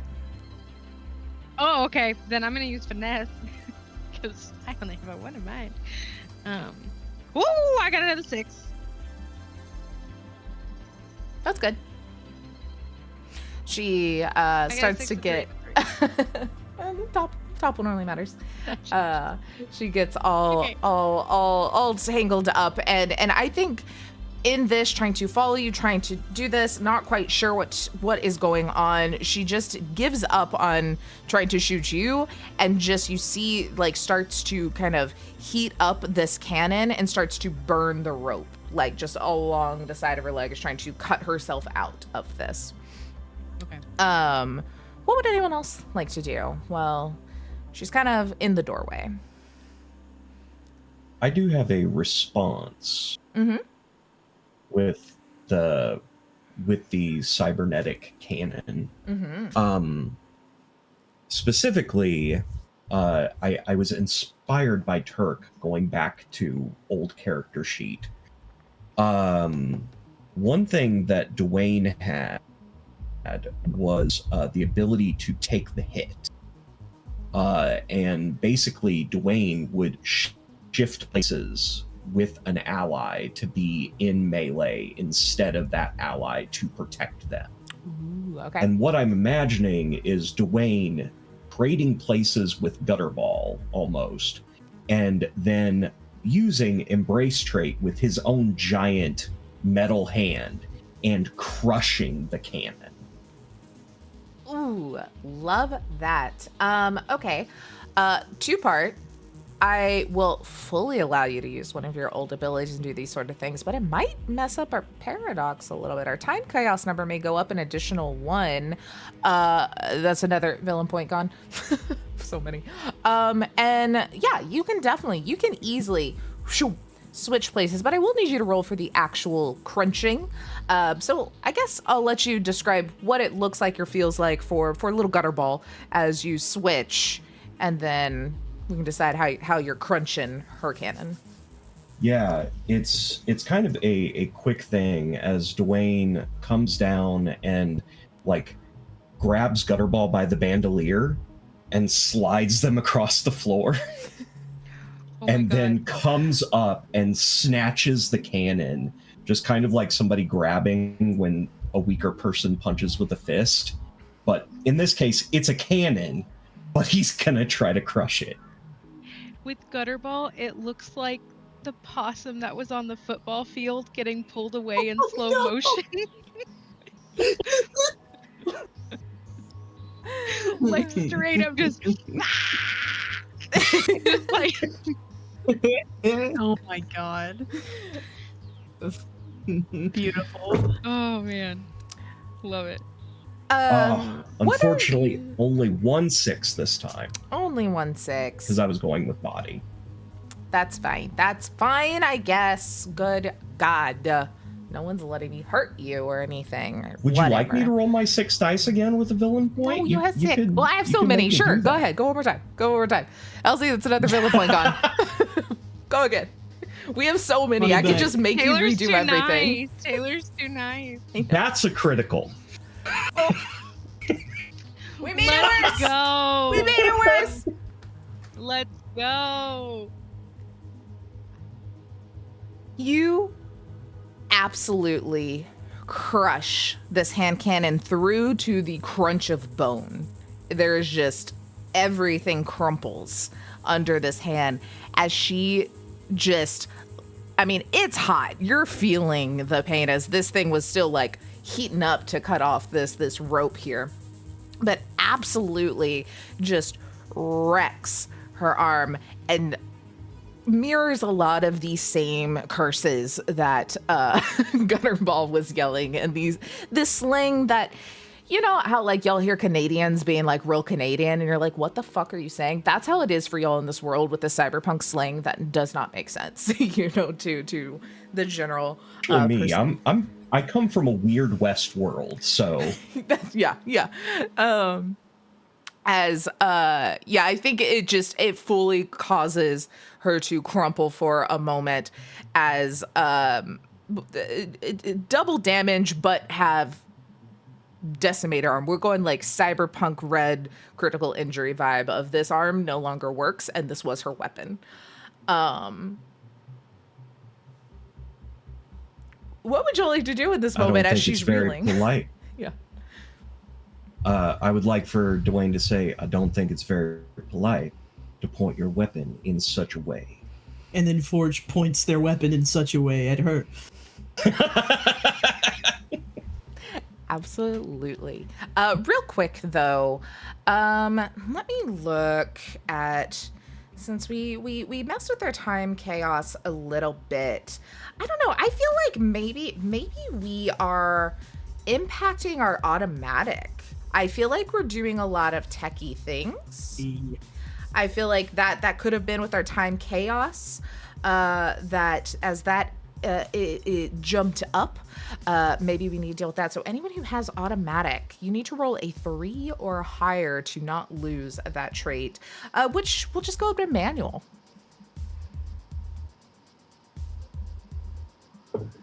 Thank the gods. That's a 4. As a 4. All right. Y'all are fine. Always. Everyone's fine. Can't get anything fun happen around here.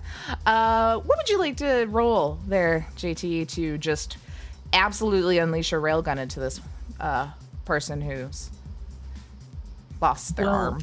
I'd like to roll mine, and if I may justify that to Yes, you. please. That's right. These extra computer parts that Forge has looted from this box computer in this office. He's taken the time while everyone was beating on this woman to install them into the railgun so that he could plug his iPod into it, so that when he pulls the trigger or the ripcord or whatever he's installed to fire it, it plays the Weezer riff. Do it. Do the soundboard. It's under 5 seconds, right? Oh, yeah, hold on. I got it. Oh God.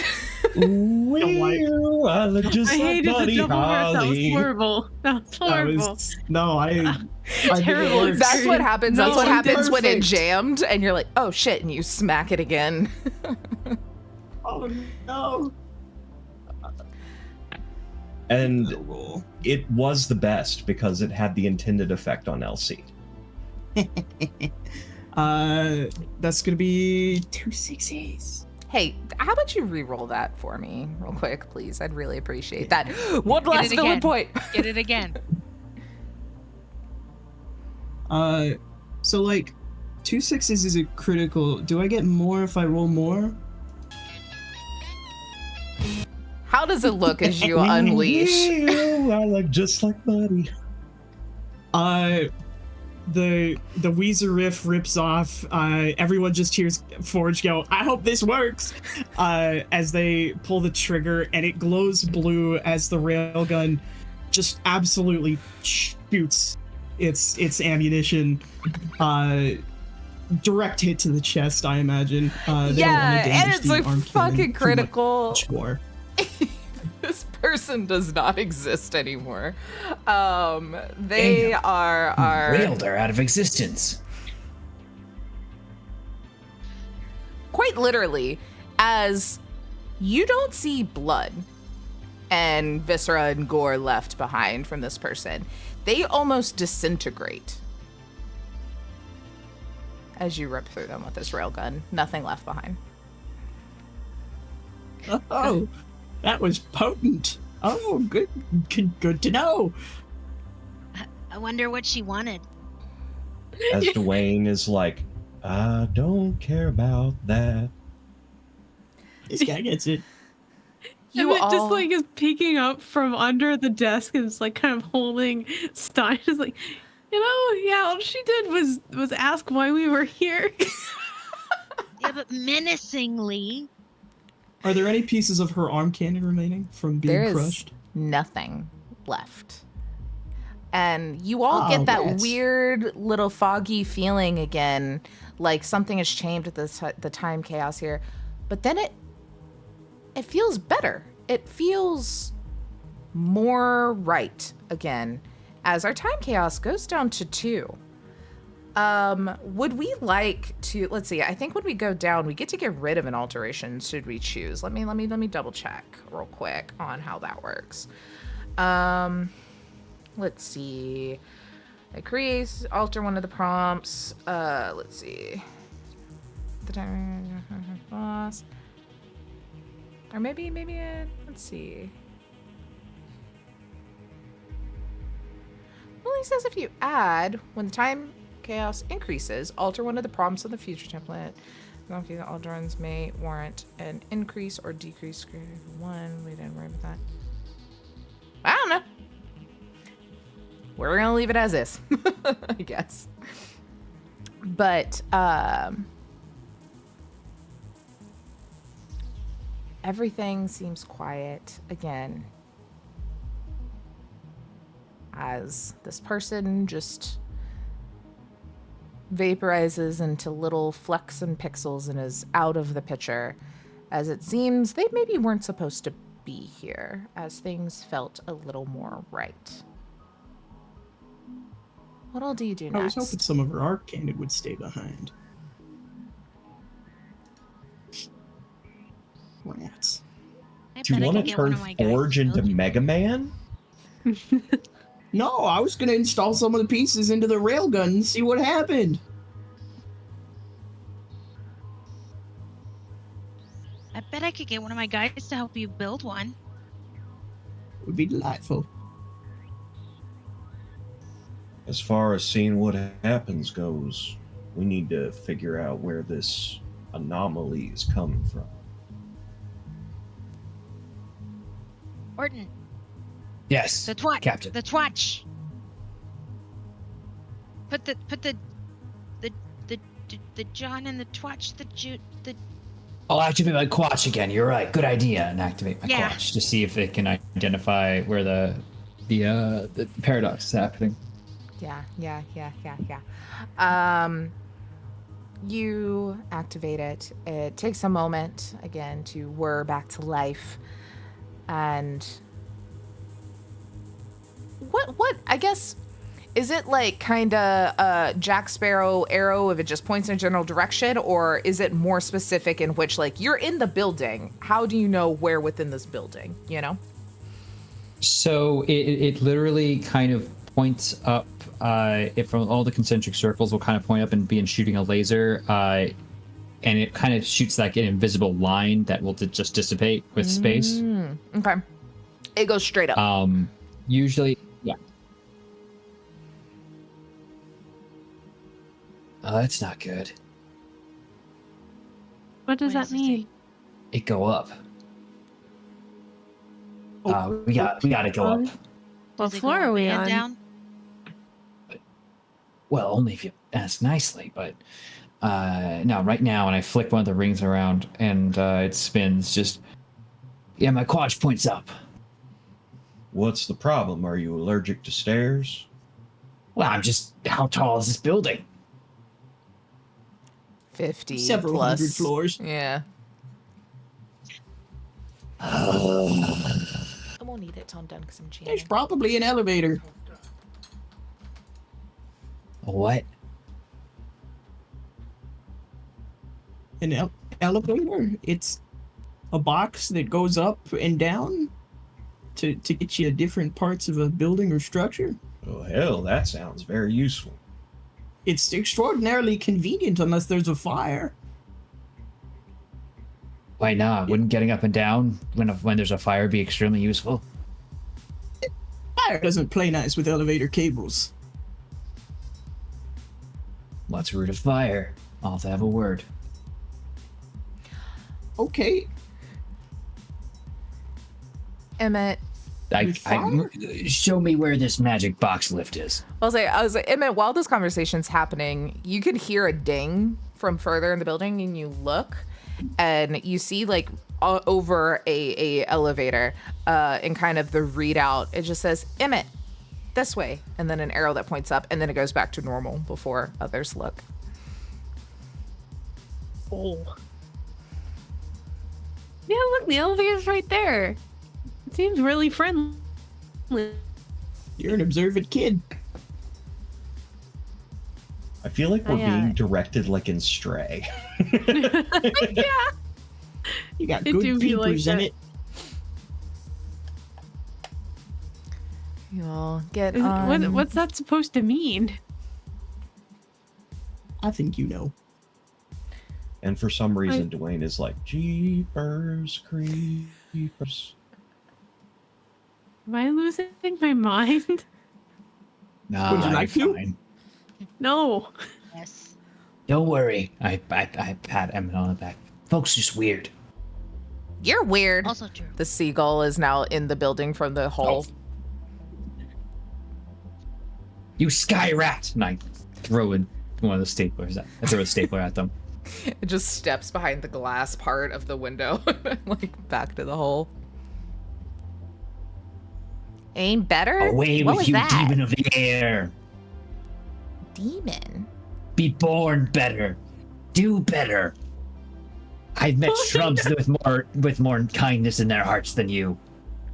Okay, this was cute outside, but it's getting weird. Do better. I can't. I'm sorry, were those supposed to be insults? Because, oh, you're a lost cause. Flies off. Your mother's a lost cause. Duck! That would have a It little bit yells. of Midwest mom in it. Probably. They blend. I started with Sharon, and Sharon will always be here now. Sharon and I are the same tonight. Sharon permeates reality. She really does. But yeah, I'll load up in the elevator. Let's go. You see 150 floors. What number does your watch call to, Orton? 1 second, let me hold up my quatch to all the buttons and see if it reacts to any of them in particular. And I'll just kind of just press one at random that seems like a high number, like 150. Cool. Okay, Emmett just going straight to is, the top. Emmett is resisting the urge to press all of the buttons. Forge similarly is resisting the urge to press all of the buttons. Yes. Gutterball tries but They're can't They're reach on the them. resisting. same brain. Dwayne presses all of the buttons. No. I'm glad one of us did it. Hey, I didn't want it to be me because I wasn't sure how the group would react, but I'm glad it was one of us. Wait, hold on. This is super fun. Okay, yes, you just all 150, and you are now stuck on this elevator. Ding, floor 1. Ding, 2. Ding, No, 10. Taylor, tell us what's on each floor. We're getting there. We're getting there. As ding, I'm standing in front of opens. the doors, getting ready to punch if necessary. it opens to, we'll say, floor 20. Why not? We'll start with Emmett. What do you see when you look into this floor? And it's not an office building. It is something from your memory, your past, your knowledge. What would be something that everyone now sees as the door opens? Ooh. I think it is just based on their tragic flaw, I think it is a weird amalgamation of what Emmett knows about all the other people here too. So it's like there are aspects of it that are a lot like the regular like the bridge of the spaceship, right? But then there are like these weird like outpocketings of things, like a place with weird statues and books that Orton would recognize. There are random pieces of building that Forge might recognize. There's aspects of like what looks like an old saloon or something like that that Dwayne might recognize, and like, and so on and so forth. There are forest features that Gutterball would recognize. It's like, that's a very distinctive type of tree that I haven't seen anywhere in the city. Why is that there? It's just like, how would Emmett know about any of that? But for some reason, yeah, it's a strange amalgamation all over the entire floor. Is that a Denny's? I don't know, maybe? The door. Yeah, that sounds right, but I don't know why.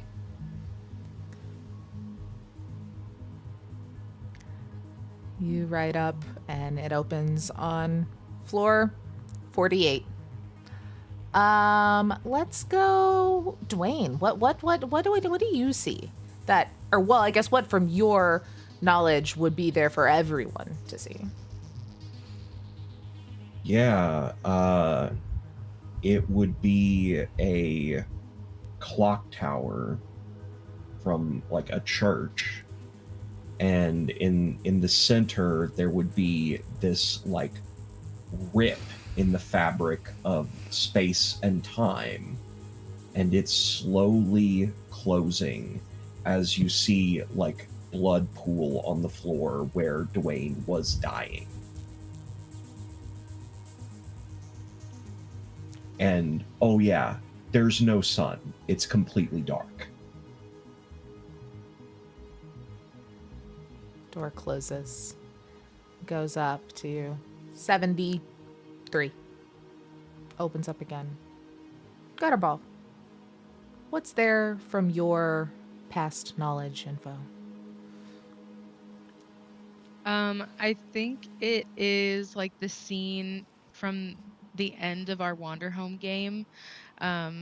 It's the birthday party. We're all sitting underneath the party tree. It's like the whole group that went on the journey together, just kind of sitting and like eating cake, watching fireworks, that kind of like all at the same time kind of like turn around and look at the elevator.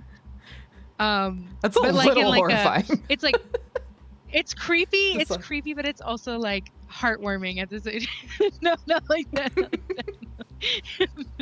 It's like a little creepy, but it's more heartwarming than creepy. But more like friendly. Like they all like slow turn and like wave to the elevator and stuff like that. But then they start bleeding from their eyes. No, I'm kidding. Gutterball But falls yeah, in the so middle with it's a just kind of katana and like- stabs one of them. just runs out. No, but yeah, it's just that kind of like final scene And like you can see like the whole village and everything. Love it. and stuff like that. Then it opens up so many more times, but for our narrative purposes, we'll say one more at like 90. What do we see from Orton's knowledge past creation of their mind? So it opens onto what looks like the lower decks of a Command War style ship, with like clockwork steam pipes working about it. The whole ship kind of hisses and hums like it's almost alive and pulsing. Instead of steam, you can see there's a glass to show this thin blue light pouring from it as aether pulls through the veins. And Orton's just gonna look out, poke his head out really quick, say, "Oh, there you are, old girl." And he pats it real quick, and he'll kind of shudder in response. "You stay safe. I don't know what the hell's going on." It feels so real too when you do that. Like you feel more like you have ever felt at home in that moment than you have since getting pulled the first time, to make you kind of pause and be like, was that real? As the door shuts. And it keeps Which going. was real. That was the old girl. And then it opens up on the 150th floor to a penthouse of sorts, but officeified penthouse. You know, it just looks like there's a little like office area to the side with like a desk and general things, very over the top, fancy corporate cyberpunk bullshit. To another side, there's like a boardroom table with like kind of a screen. You can see there's a sitting area with a little bit of a bar. Just very, very, a lot of space, very minimalist, very like sleek. But sitting behind the desk is a large individual. Looks like they have been very cybered up themselves, as you can see bits of cybernetic enhancements on the arms, a bit across kind of like the chest area that kind of peeks up above the collar of their shirt. And the most interesting thing, and this is very similar to a lot of people that you've seen, that it looks like they've had a pretty substantial amount of reconstruction surgery and cybernetics, to where they have like little raccoon looking ears, and they're kind of like snoot just a little bit longer than it normally would be. They stand up. You can see a little bit of like a floofy raccoon like tail, and you see they're in the a very nice fitted suit, still very humanoid body, but very nice fitted suit. But they've got the kind of sleeves of the undershirt rolled up, and the jacket's a little like hung over the back of the chair, kind of showing off more of that like cybernetic. They've got a little pin that has the logo of the Tanuki Corporation on it. And you see a placard on the front of the desk that tells you all that this is the CEO of the Tanuki Corporation, Mr. Thomas Hollow.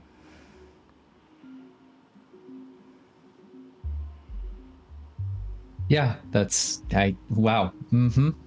Clicked into place. I'm gonna kill him probably. I'm sorry. What was the name? Thomas Hollow. Hollow. Like a space to store things, like a small space to store things. A synonym would Mr. possibly be Tanuki, like a I presume. crevice, a nook, I was gonna say cranny. or a cranny. He will look over to you, Dwayne. Mr. Tanuki was my father's name. My name's Thomas. God. Does that voice match that body to you guys? Do you feel like that's... Yeah, I was about to say, are you sure? Is that? In that case, if your father owned the company, That seems like it would make you a company man. Is that supposed to be some sort don't of know if you're insult? We think it Oh, is where no. he's from. Oh, It's just a title that you give people. And when you encounter a company man, there's only two things you can do: run them out of town or put them 6 feet under. So it's your choice. oh, okay. So it was an insult. I see. Well, let me real quick before you do the whole like put my money where my mouth is nonsense. You all are a big problem for me today. God, Sharon came back in. You're a big problem for me today. So, I think maybe instead we can just all part ways peacefully, right? Because after all, there's 1, 2, 3, 4, 5, and, well, 4 and a half of you, and 1 of me. I am full size. Oh, I was counting you and the dog together as half. The Arthur fist from the gift. So, It's like a little pout from Emmett. anyway, so I'm sure you saw as who can resist pressing that many buttons on an elevator that you can all go home. Easy peasy. And then we can just stop all Actually, this I nonsense. didn't get a floor. Did I not give you a floor? Did I skip you? Oh my god! No. I thought I was Which, going in no, order. it's really funny. It's really funny. Eh, that's fine. I was going to give a joke answer anyway. Beautiful. My bad. One of them opens up and it's just destruction. Nothing is there. It's a black hole. An explosion. Oh, okay. That was a Weezer concert. Yeah. I was going to That- say it was the Weezer music video. No, the black hole, that's the Denny's. Yeah. Now that's a Denny's.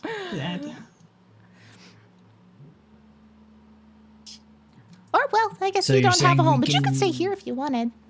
I'll give you a job. Pays well. So you're saying if we just let you continue to do whatever evil scheme you're up to, we can have a reward?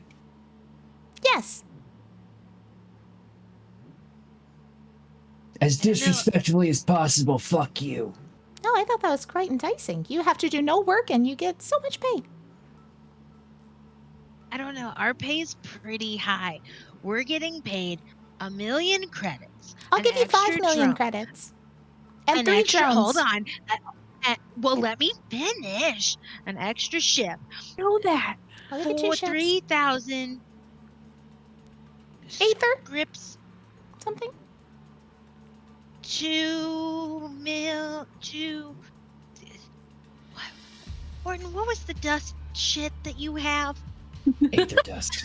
Aether. Aether You got dust. 2,000 aether dust. I'll give you 1 million. The Weezer. I And have friends. their phone number.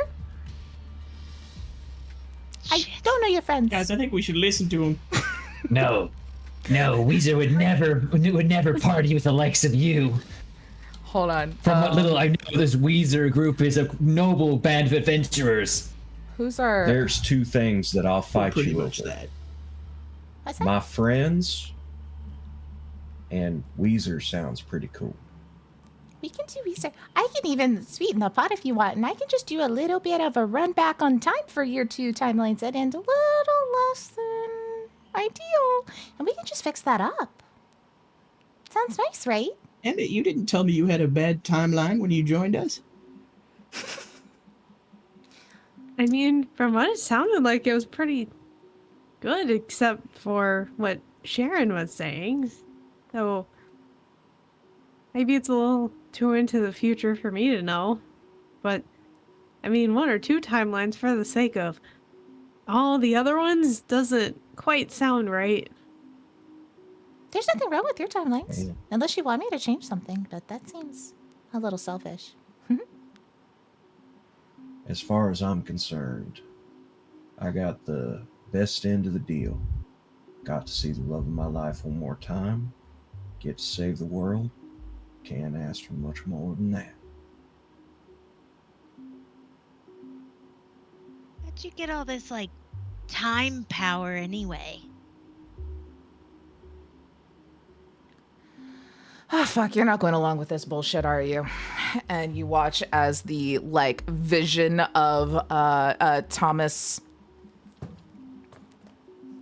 Hollow Hollow.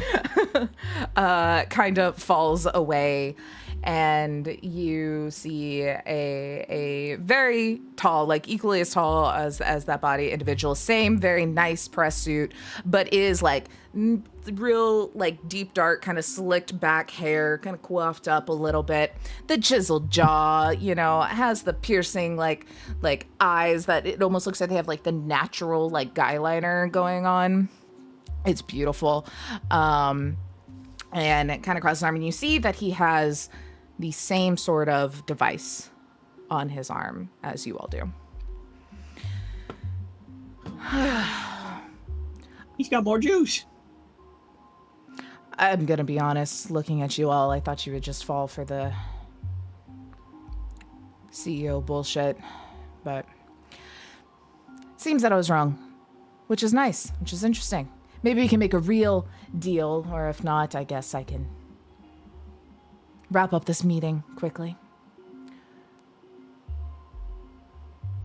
You all can go home. I won't kill you. I will not send my army of automatons into all of your timelines after the fact, because I will retaliate once you get home and absolutely burn everything that you love. For the two of you that one's about to not exist much longer, the other, I'll just put a little rewind and let y'all watch that world burn.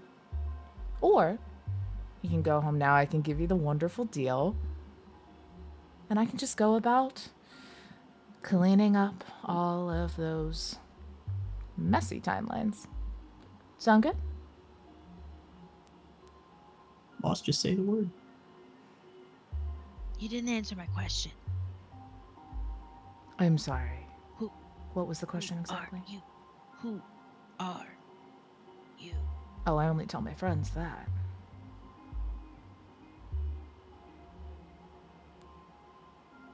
We're better. So you've No. never told anybody, is what you're saying. Just a select two.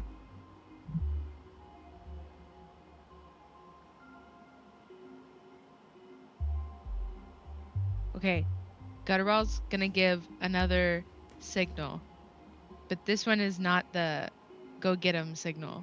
We did somehow there was a period of time where we discussed. You were following all the this, seagull you for a guys know. long time. Yeah.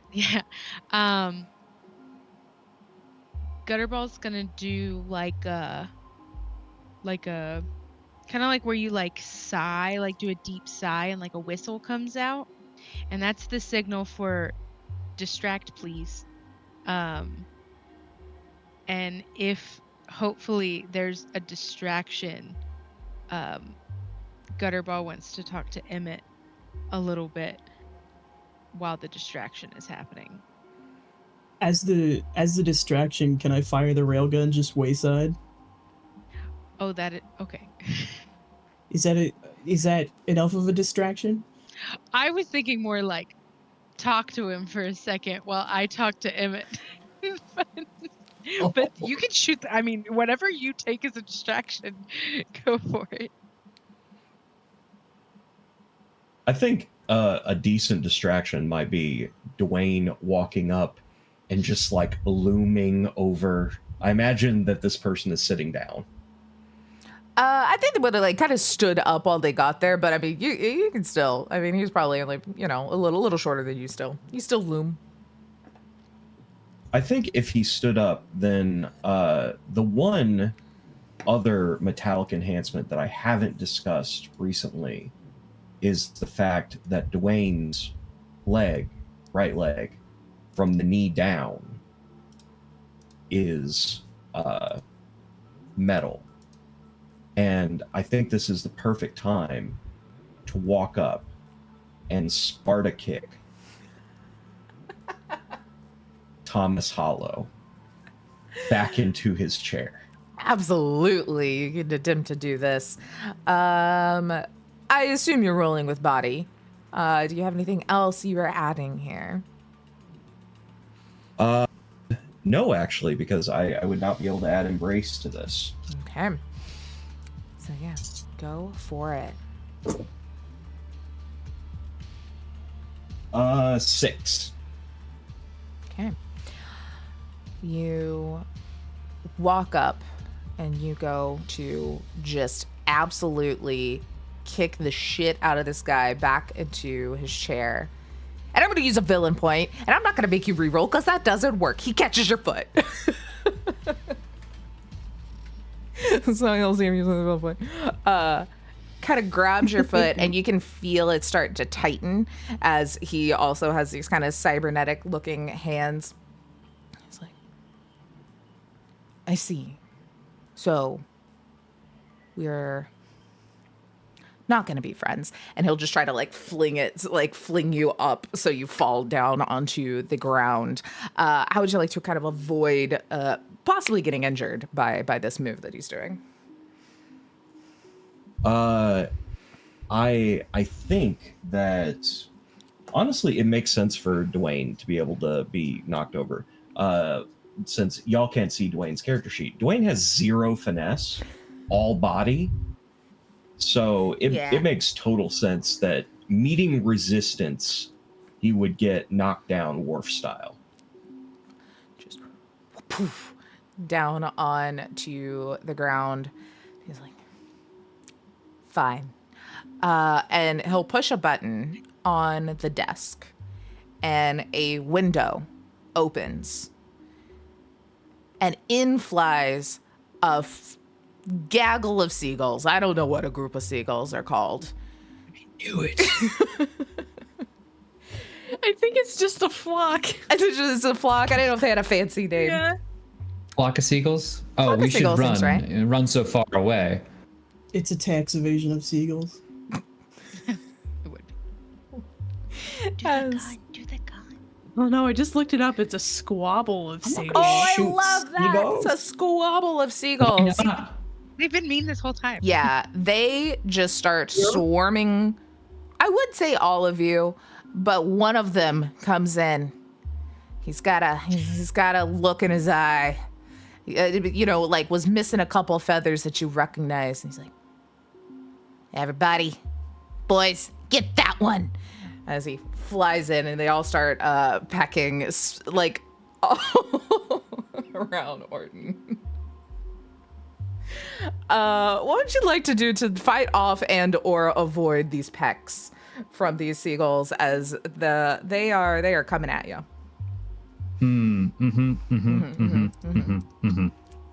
I would love to use my freestyle parkour to have them I get around decorative statues and things such that I can hide behind them, or one of those statues that's really just kind of glass and it looks like I'm kind of in one place but then I'm in another, but I'm all parkouring. I'm parkouring real hard. Yeah. I'm gonna fight these seagulls with my parkour style. Yeah, fight them. Yeah. Fail. There's 1 6. No, why do you all keep rolling sixes? I rolled 4 dice. I have 3 finesse and my parkour. Parkour. All right. Well, there's a gnat following me. That's just as annoying. You are just kind of running around the room, ducking, diving, jumping on things as these seagulls are flying. They're hitting the walls. They're hitting each other. They're squabbling, as very aptly named, trying to get at you. But currently, they are all focused on you, and you are avoiding everything. What would anyone like to do in this moment that we have? And both Orton and not Emmett, Dwayne, you are able to do something as well, seeing as you more reacted as there's the chaos of the seagulls following Orton. Emmett is thrown onto the ground while it looks like Mr. Thomas Hollow is gearing up to not be your friend. Is this the distraction that Gutterball needed to talk to Emmett? Sure. I should have prefaced. I was thinking more like the three of them would talk more while we would whisper. But of course it wouldn't. We've had how long? We've had 3.5 hours of it not being that. So Never. So of course, destructive. No. of course it would not be that. To be But this is fair, if right. the Sparta kick worked, I was going to do more intimidating talk from Dwayne too. No, this is fantastic. This is very on brand, and I'm here for it. I'll go while this is happening. I think remembering just like seeing like all of our shit like on the floor that like Emmett saw, and like the little things that like Emmett's been seeing that like none of the rest of us have. I think Gutterball's gonna be like Emmett, you know stuff, yeah? Like, you know stuff. Yeah, I know lots of things. But like more than the rest of us, like deep somehow. I don't know. You like saw my home, which was like crazy. But could you like, I don't know, think really hard and figure out like who the hell this guy is and like how to kick his ass? I mean, I can try. I've tried not to push it too much because I feel like that's really bad for timelines and like That's fair. shenanigans. But like, I think I might have to in this case. But Don't hurt Yeah. yourself. I don't want that to happen. oh, it's okay. I have a big brain. I can think real hard. You got it. I just figured, I don't know. It seems like you have all the secrets. I don't really understand why. Just ever since I met all of you, it's like I just know all of you really well, despite not really ever meeting any of you. You know, like you just have like those faces, but more than that, and I don't know what to think about it. I have no idea what you mean. but Gutterball's gonna take Emmett by the shoulders and just be like, But Emmett, it's a gift. Use it. and then Okay. just gonna hope that works. See if we can get some stuff from that. You did this, Sin. Just gonna mind like it's like that gift of like the mind blown, just like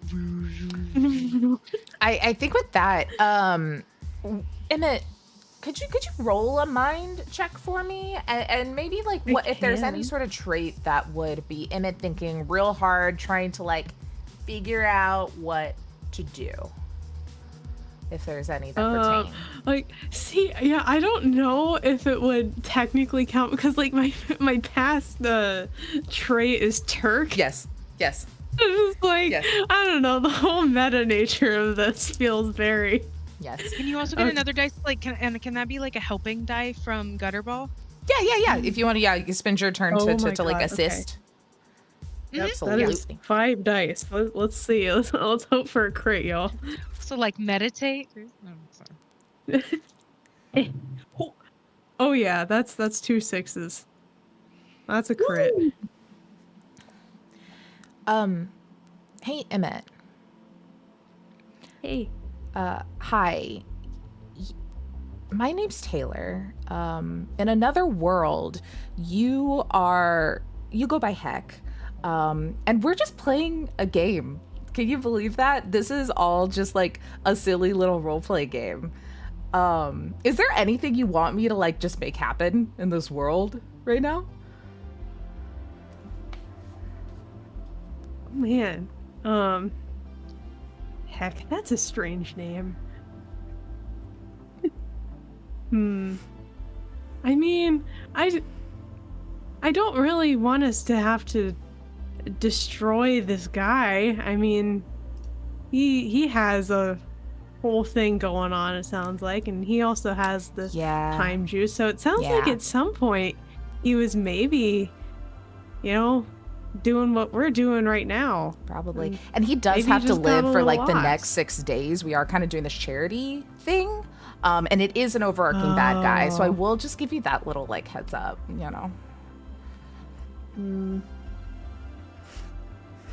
Well,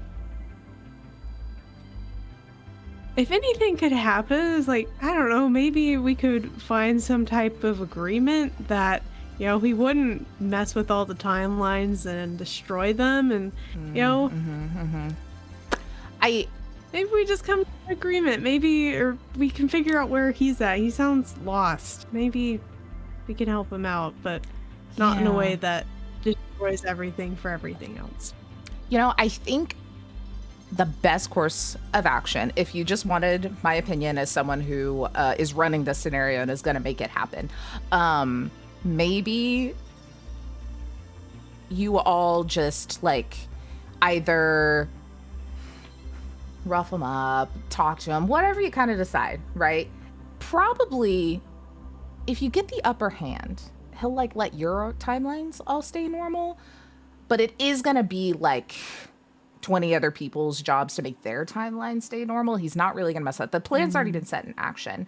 But hey, we're in this like kind of cyberpunk world, and like he's basically running a code, and I think you have something that could interact with that, and maybe like erase y'all's timeline signature from his so it won't mess it up anymore. Are you saying I have a kill code? I do. I am saying that. The meta. Out of the above table. I do have another character currently that I'm playing in another campaign called Kill Code, or Call Sign Kill Code. Love it. This is wild. It's breaking my brain. Okay, I see what I need to do. Yeah. Also, that corgi's adorable. You're welcome. Heck. Oh, I'm so sorry. Emmett. That's okay. I feel like either is fine. Also, the seagulls are never going to leave Turk alone. I mean, Orton alone.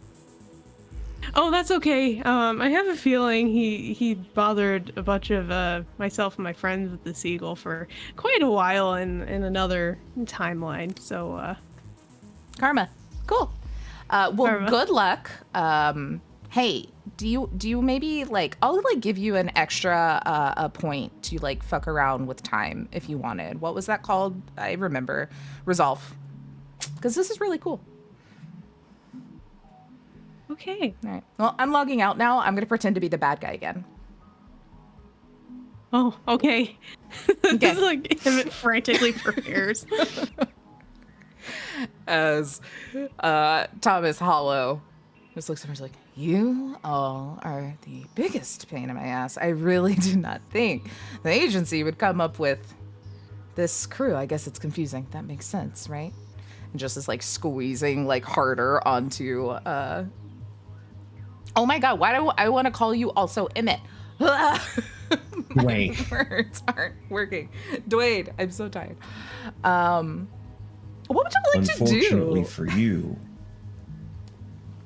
Unfortunately for you, my pain is my power.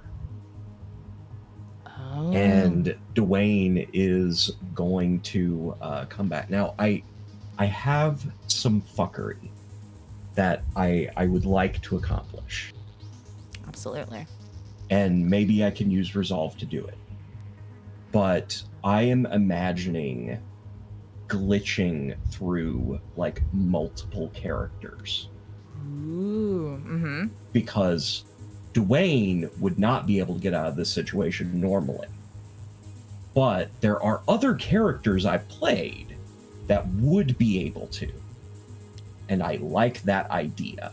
Look, the meta is open. So absolutely. I will say it will shift the time chaos a bit, as this is gonna be a thing. But oh yeah. What are you afraid might happen if that doesn't work out for you, if you don't roll a 6 here? My biggest fear is that I would not be able to stand in between my friends and danger. Oh. Because that's what I do. First one in, last one out. All right. Go ahead and roll for me. What do you think? I feel like it might be a mind. I feel like, or I would argue either mind or body, however you would feel more inclined. I think the way I have it in my head, it's definitely going to be body. Okay. But the trait I would like to call on in this situation, because of Dwayne's fear, is kindness. Yeah. So let's see what happens.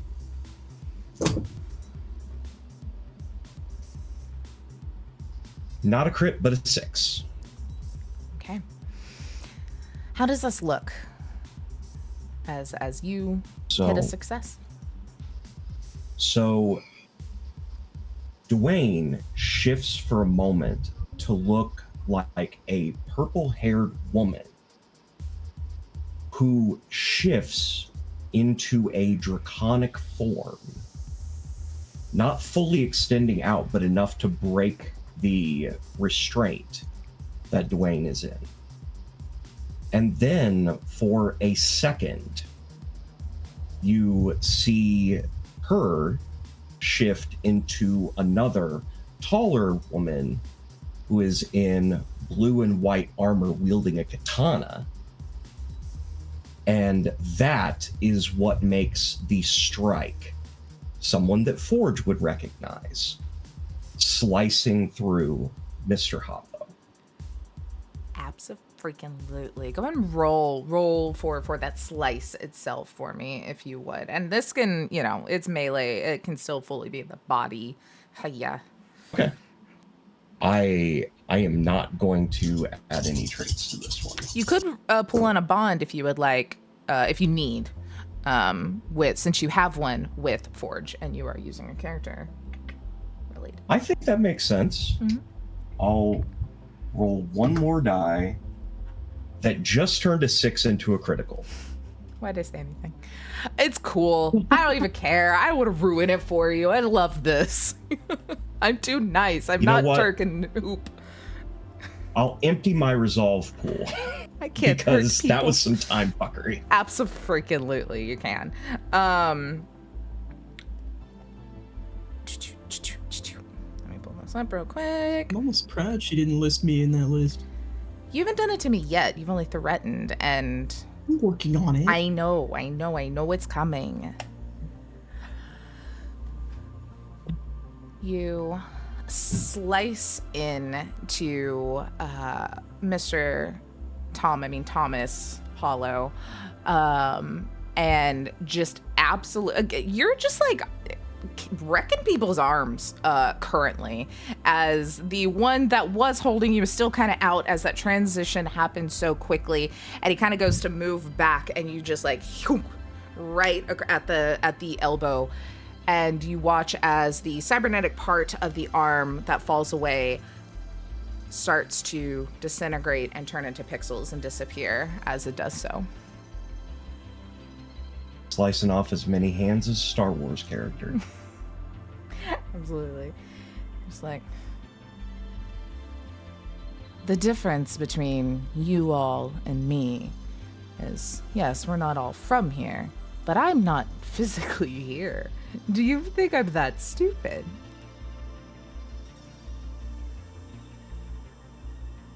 Oh, was that not rhetorical? Because I'm pretty sure you're dumb as hell.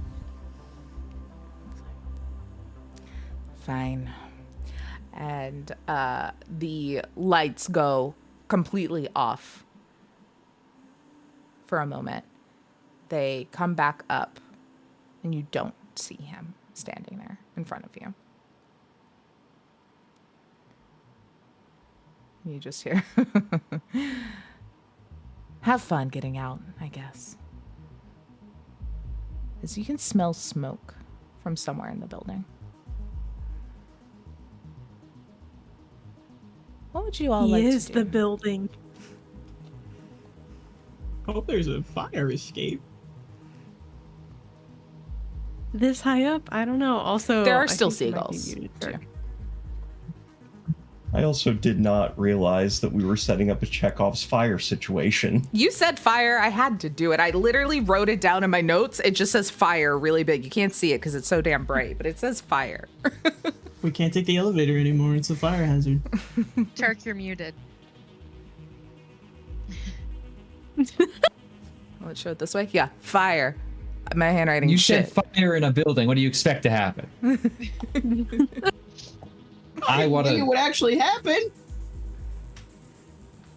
I want to blow up the seagulls. Absolutely. Oh my You can God. flip the seagulls. Let him cook. No, better yet, I don't want to blow up the seagulls. I would like to use parkour and my my finesse to tie all the seagulls together into a James and the Giant Peach glider situation. Yeah, sure. I can't say no. Jim Jam and the Giant Peach. Turk and the giant peach. I'm gonna use a hero point. Right? Wait, Yeah, we've so- got like 12 of them. Y'all have used We 9. have so many. Go for it. I still have so many. Hey, come on. Yeah. Okay, that's 1-6. Roll again. No, I'm not going to do that yet. I'll just make you hate it Build when point. we could do it. Okay. So you describe for me. You are tying them up, and your goal, I'm assuming, is to use them to glide everybody out of this 150-story building? Yes, I am being attacked by seagulls, and so I use thin twine to wrap around their various ankles, and kind of begin holding them like like a kid at a fair with balloons. Except I create more and more in an intricate web and kind of pull a knot tight, and then they all kind of get brought down very momentarily. I'm not sure how much this can hold, because these assholes are real weak, aren't you, assholes? You son of a bitch, when I get out of here, I'm gonna prick your eyes out. Just like You're never getting out of here. You work for me now. You watch. You wait. I didn't even give you a name, and you're supposed to be my nemesis. Quickly, someone grab him. He just looks you in the eye, stops moving. My Why does he name keep is talking to them? Steve. Fuck you, Steve. Fuck you, You're my seagull now. asshole. Steve. I don't even care enough Quickly, about you to everyone. learn your name. Seagulder. Oh, hey, Ray. Seega shoot. All right, everybody else, you watch as Orton is just cussing and yelling at these seagulls in a very obviously one-sided conversation, has tied them all together, and seems to be asking you all to jump out of a building with seagulls. Is there anything anyone would like to do before leaving this building, or are you going to follow in this seagull plan? Do not trust Orton. I mean, is there a place that I can use this kill code? Oh, yeah. Hey, I'm so sorry, Emmett. I forgot to do this for you. If you look behind you by the door, push a little button right there, and just a control console, like a little node, will operate. I forgot to write that in the design of the room. My bad. Oh no, you're good. You're good. Alright. I see it now. There it is. Yeah. It's Anyway, perfect. I'm gonna be a seagull again. Fuck you, dude. So yeah, You know, have- Orton, what would your bird friend think of this?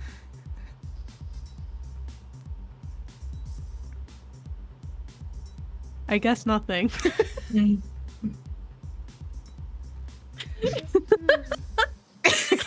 Feels like a really weird arc for you if you have a bird friend. I have strong feelings. If a bird would be nice, that would be awesome, because they've been real assholes this whole time. They aren't my enemies. They're just real mean to me, and I have to respond in kind. You're doing great, buddy. All right, I'm gonna go over to this console and figure out where the USB port is. Yeah, absolutely. There's literally just a screen that says, put USB here, with an arrow to just a singular USB input. think you put it in, and the screen lights up green. For a moment, you all hear, and the smoke is filling this room now as you all feel again that like twinge that something has just changed as you watch as the like all of the like pictures and paraphernalia and things that were Thomas Hollow change to just like a normal looking dude with the last name Tanuki, and kind of go back to normal as the time chaos dips back down to the seagulls are yelling like, "You son of a bitch! When we get out of here, I'm gonna tell my brother." And they're and then just start squeaking again, and you can no longer understand what they're saying as they just go back to being normal fucking seagulls, and everything is normal with that. As then the smoke seems to clear from the room, as if it was never there. It's not even like it vented out. Just a little empty. And you just hear briefly, just over some sort of kind of intercom, as this twinge is still kind of running through for y'all. I should have known that kid could see through multiple realms. I could smell it on him. Well, you may be safe, but not so much for as it breaks out, and you all kind of feel that haziness disappear, and all of your little watches just turn green. Your twatches have the little thing turns green on it, with just like a little smiling face. It's clearly like a cartoon Sharon. As something has made this paradox perfect again. The seagulls are still fighting. That's the game. That's the thing. Emmett, you did it! I did it! Yay! That's a great kill code. What? Oh my god! Yeah, I'm glad we could do things for us, but I don't know, the person who was like, mastering this whole story just told me that this is going on for an entire couple of days, and the rest isn't really up to us. It's up to other people. I guess other people like us? Well, I don't know. I'll tell you one thing. If I learned anything from being dead, it's that you gotta trust your friends are gonna do the right thing when they're not there. Sounds good. You hear the To camera. as the time and space rip opens up. Sharon walks in, this time in like still khakis, but like a little like Hawaiian looking print shirt. Her hair is kind of pulled up. She's like, "Oh, my, y'all were real fast about that. That's quite impressive. I thought I had at least maybe one more day to enjoy the beach, but that's fine. I mean, all the readings seem to go back to normal, with the exception of you there, Gutterball. Why do you have so many seagulls over there?"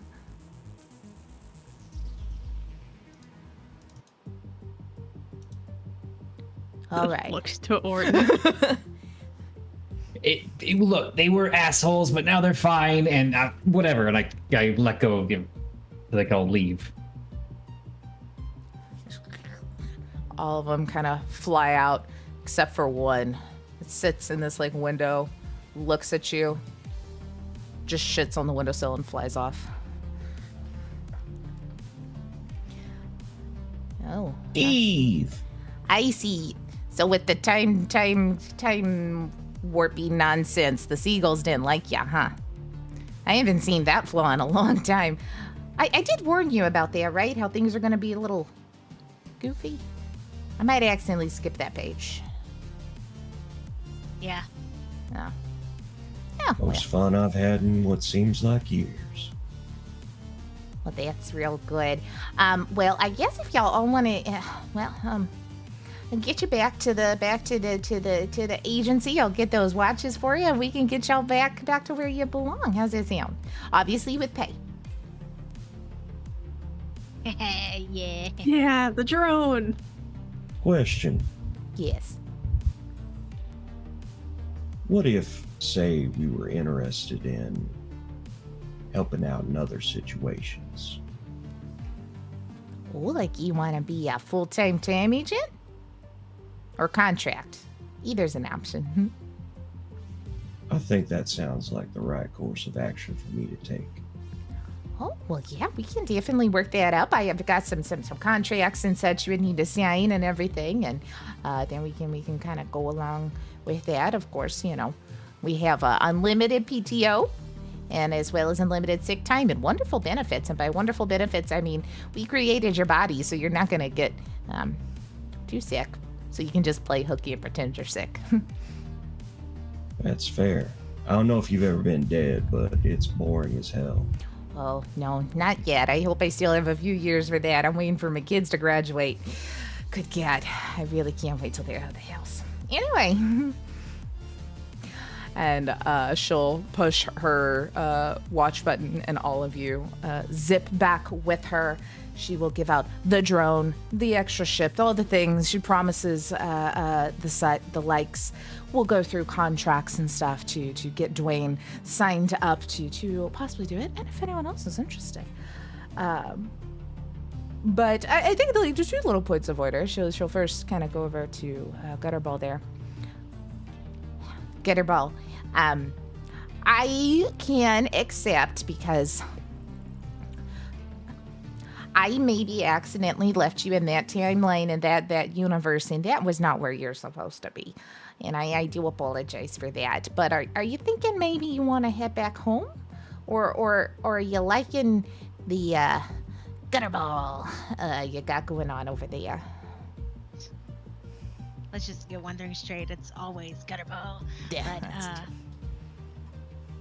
I don't know. I don't know if I can go back. I feel like I've gone too far in one direction. You would be I quite have quiet. an eye patch now. Well, how about this? Whenever you're ready to retire and go relax again, we can get you back into the woods. That sounds really good. Yeah. How do I call you? Oh, yeah, I should probably figure that out. I'll get you the same contract and stuff I got going for Dwayne, so that way we can have some contact and such. Cool. Wonderful. Thanks. Yeah. And then, Forge, I see you've got quite the armful of goodies there to bring home with you, huh? I can't wait to put this railgun right on my mech, right at the top where the trebuchet hits.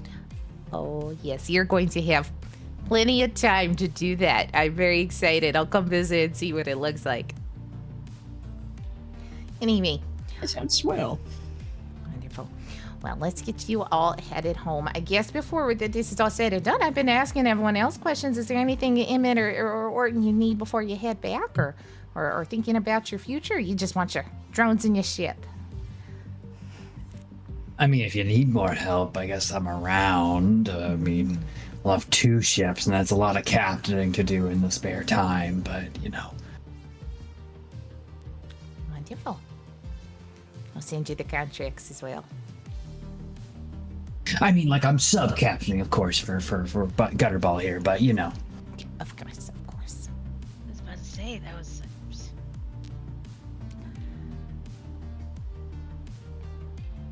I mean, given what I know, and I guess what I can know, can I use that to help anybody else? I mean, apparently this is, not up to just us, and is up to a lot of people. Can I help any of them somehow? Wait, what do you mean?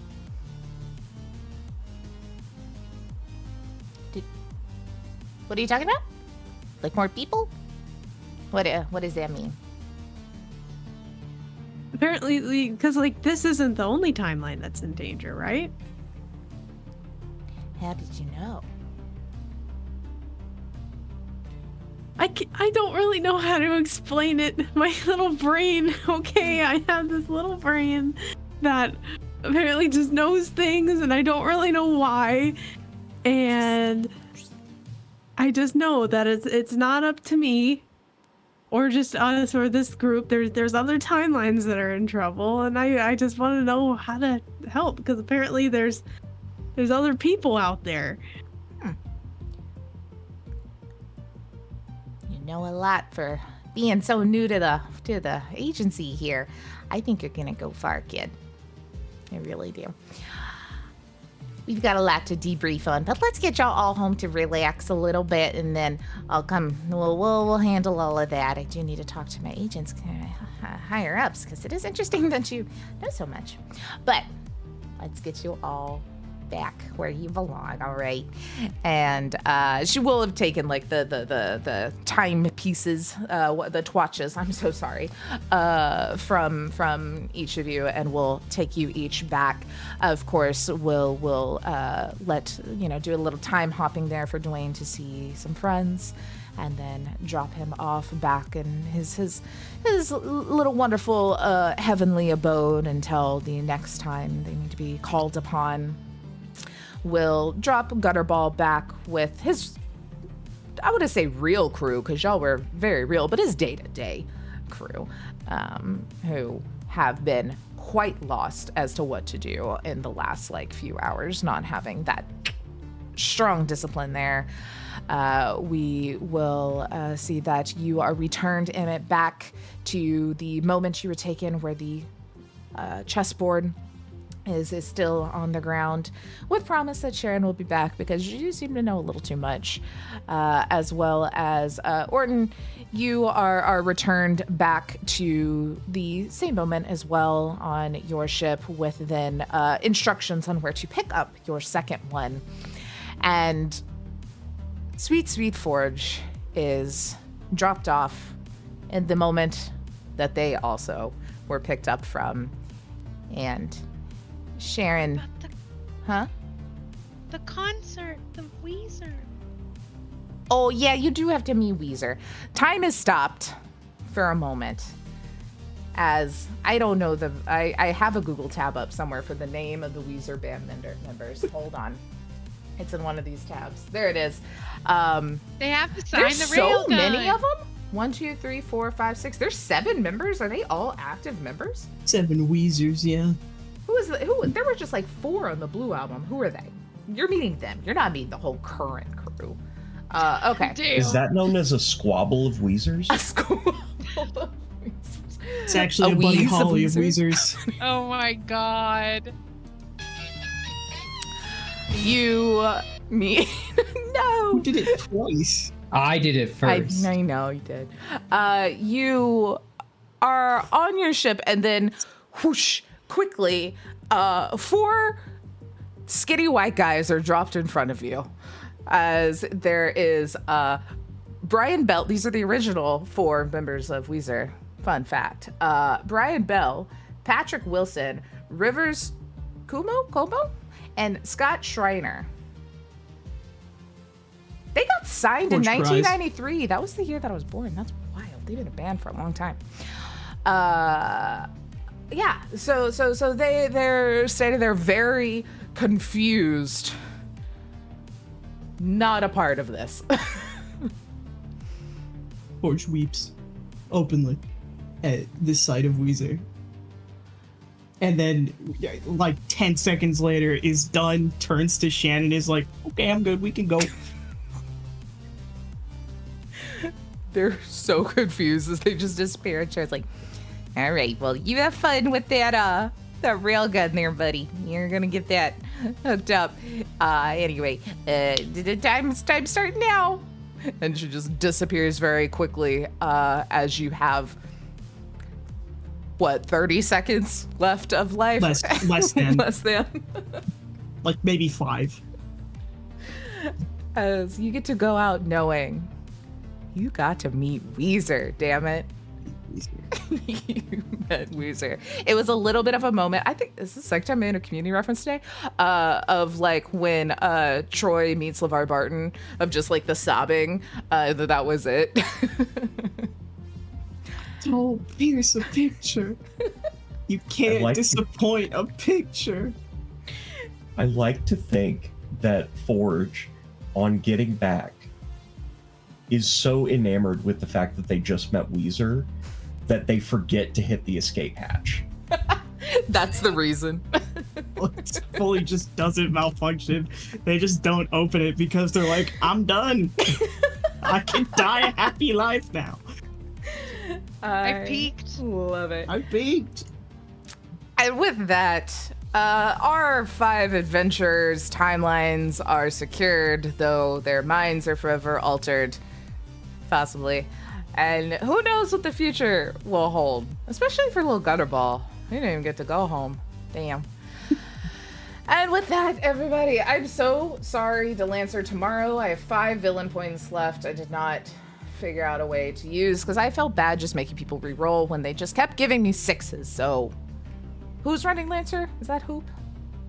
Yeah. It's Hoop. He'll find a good use for him. So Do our hero points get to roll over to them? yeah, I think it all compounds. I'll use them. Yeah. Mhm. People paid for them. The hero points get to roll It's over a too. stretch. Stretching. Yes. Wonderful. So everybody, that went a little long with the wonderful chaos. So let's do a quick little round of who you are, where people can find you, and anything you got coming up in the next week or so. We'll do the same order. Let's go to JT first. Hi everyone, I'm JT. I was forged tonight, maybe for the last time, who knows. Weezer comes for us all. You can find me all over the internet at Weebjeet, and you can find me all over this week in various games. Tomorrow night I'm playing Lancer with a bunch of fun folks, and then on Saturday I am running Blades in the Dark, as well as playing in the Fabula Ultima one-shot that Hoop is running over there. So we shall see how hectic those get. Otherwise, you can find me on Friday with Live from the Apocalypse in a season of Secrets and Shadows. You could find me on Sunday with Neon Lights Roleplay with a fun little surprise that we are calling Melody Armed Intervention. And then on Monday, you can find me on Live from the Apocalypse with a special episode of a season of Secrets and Shadows. It's a secret. And then after that, you can find me not next Wednesday, because we're taking a little mid-season break for Beacon, but coming back on the 29th of November with Beacons of Farlight, a show that Blair and Tay have so generously allowed me to run over on High Shelf. It's a lot of fun, and Tay's character in particular is very adorable, and I cannot wait to throw so much stuff at you guys. You can't wait to just let me have a great little life. I'd let Nothing you have can a go great wrong time. with them. They're a little guy. Nothing at all. Let's say allow. We're honored, JT. We're honored. No, come on. Well. now. We can also disallow if you're too mean to Spark. So We'll see. let's then go over to Heck. Yeah, hey everybody, it's me, Sir Hecla. You know, I'm here. I'm on your screen. And tonight I played Emmett, who lives rent-free in my head, honestly, since the first one-shot. I was really happy to bring them back. Because, man, that one-shot was too short. We wanted to keep playing. It was a really good time. This was a fantastic time. You know, seeing into the thousands of timelines. I'm sure that doesn't break anyone's brain. It's totally fine. But where you can find me is pretty much anywhere on the internet at Sir Heckalot, including Twitch, Itch, Twitter, I guess, Instagram, Blue Sky, all over the place. Just find me. It's the best place to figure out what I'm doing in the TTRPG space, because I do things like APs, I do things like graphic design. If you really like the weekly schedule cards for each game, I actually design those. So if you like that kind of stuff, check out my portfolio. Maybe I can do some work with you. It's a really fun time. I like doing that kind of thing. In terms of APs, you can find me 2 more times this week. On Thursday, I am over on Dat Magic Juice's YouTube channel playing in All Hail the Queen. It is a Tyranny of Dragons campaign, and it's getting pretty heavy. We're level 15, so we're getting there. On Friday, you can catch me in Cold Hands, Warm Hearts, a Rhyme with Frostmane campaign over on Neon Lights Roleplay. You can catch Sin and myself over on Singularity Roleplay playing some City of Mist on Sunday. It's a great time. And lastly, next Friday, you can catch me right back here. I am going to be facilitating for Viva La Queer Bar. It's a cute little slice of life game where a bunch of folks build a queer bar and tell the stories of the characters that they make to inhabit it. And it's a really good time. I love the game a whole lot.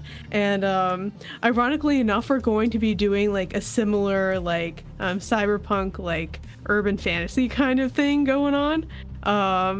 So yeah, no, it's gonna be a really good time. I'm super excited for it, and I'm doing a whole bunch of other stuff, so just follow me on the socials to figure out where I'm gonna be, because I don't shut up about it. But yeah, that's me. Love it. Let's then go down to Turk. All right. Hey, everybody. I am Turk or Turk Accented. If, like me, you will be on screen all week, I have no escape. I'm stuck here just like you, chat. Help me out here. At least we beat the Seagulls a little bit, technically. I was, of course, playing Orton Harlow, who has also been a very near and dear character to my heart. I hope you enjoyed him as well.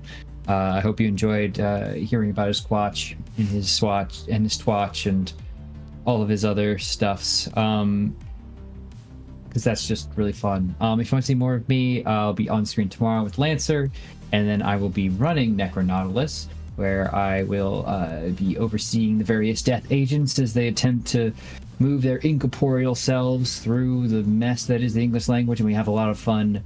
I can't guarantee the same degree of chaos, but we have an excellent cast with a lot of really awesome people. And I think if it's anything like I know the game to have been in the past, it will be really fun and then really sad, but like emotionally good sad. And then it'll be really funny again. And then I'll be over on Neon Lights for the last transmission this Thursday. And then Saturday I'll be here for Fabula Ultima. So yeah, on the 13th, of course, I have to give a shout out to Oathsworn, City of Dragon Lords over on Neon Lights Roleplay. It's my baby. I run a whole bunch. I've been running that for all going on 2 years now.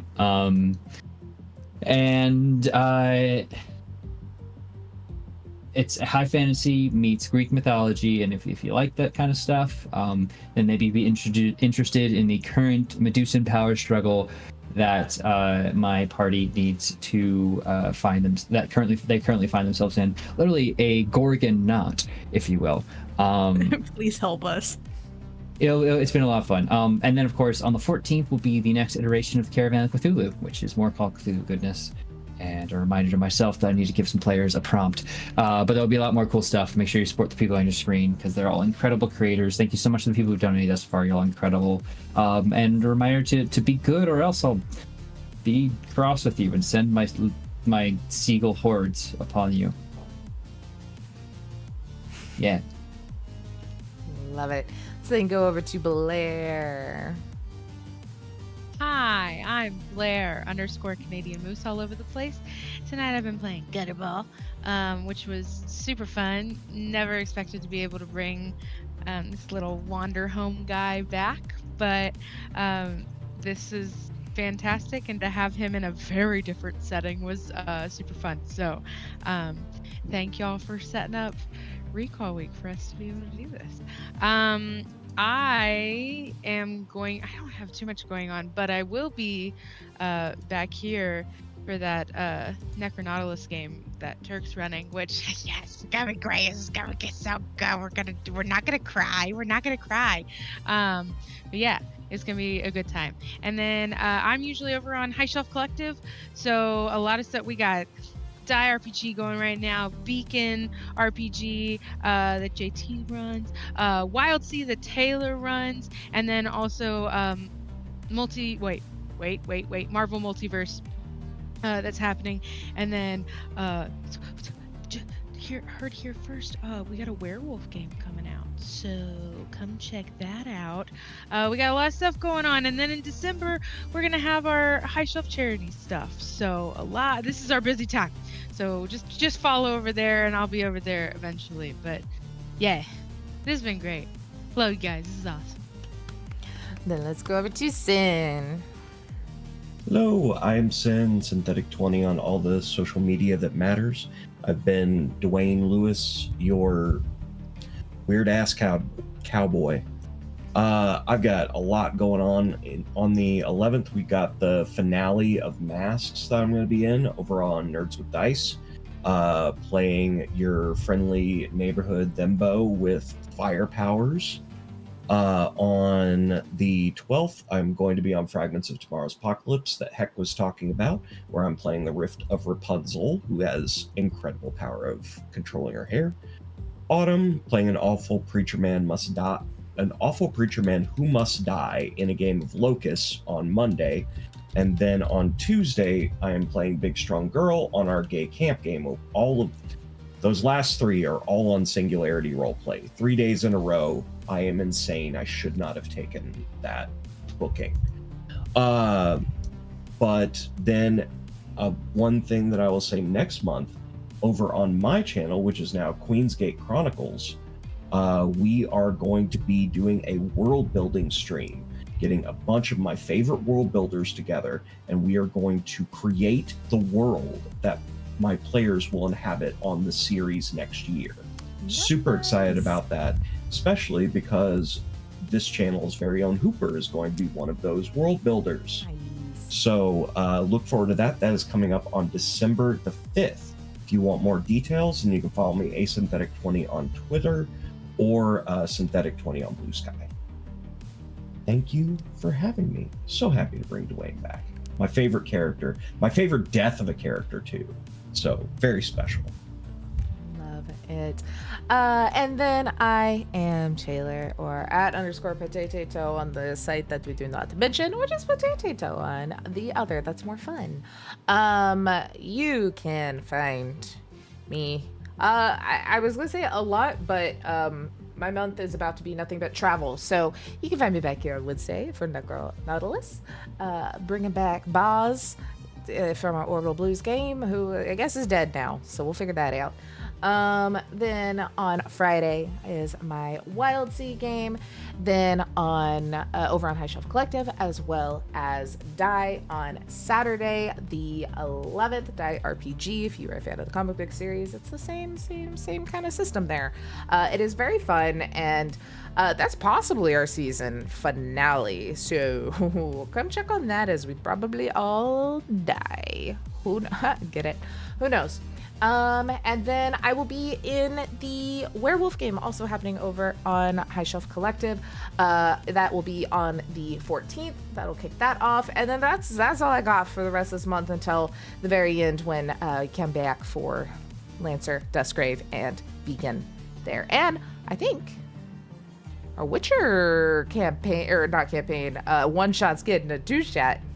So if y'all were a part of the, watch the Lost Caravan Witcher one-shot where we turned into the It's Always Sunny crew, we're coming back.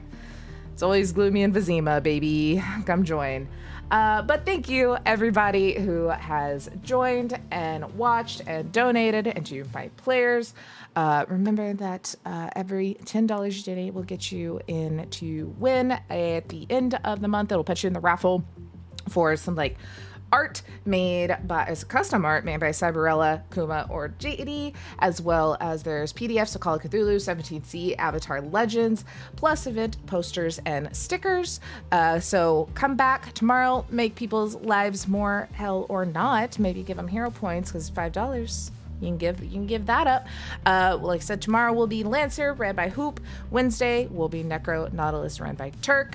I know how days work. Thursday's Delta Green. Thursday is Delta Green.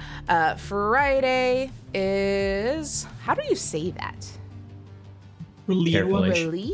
watch. Relay watch? Relay watch. Relay. Relay watch. Relay watch. Because it's Cthulhu lifeguards. You're Cthulhu. Oh lifeguard. my god! I am. Thank you. I'm so mad on So Busy glad you Friday. noticed finally after all this time. Would you like to know more?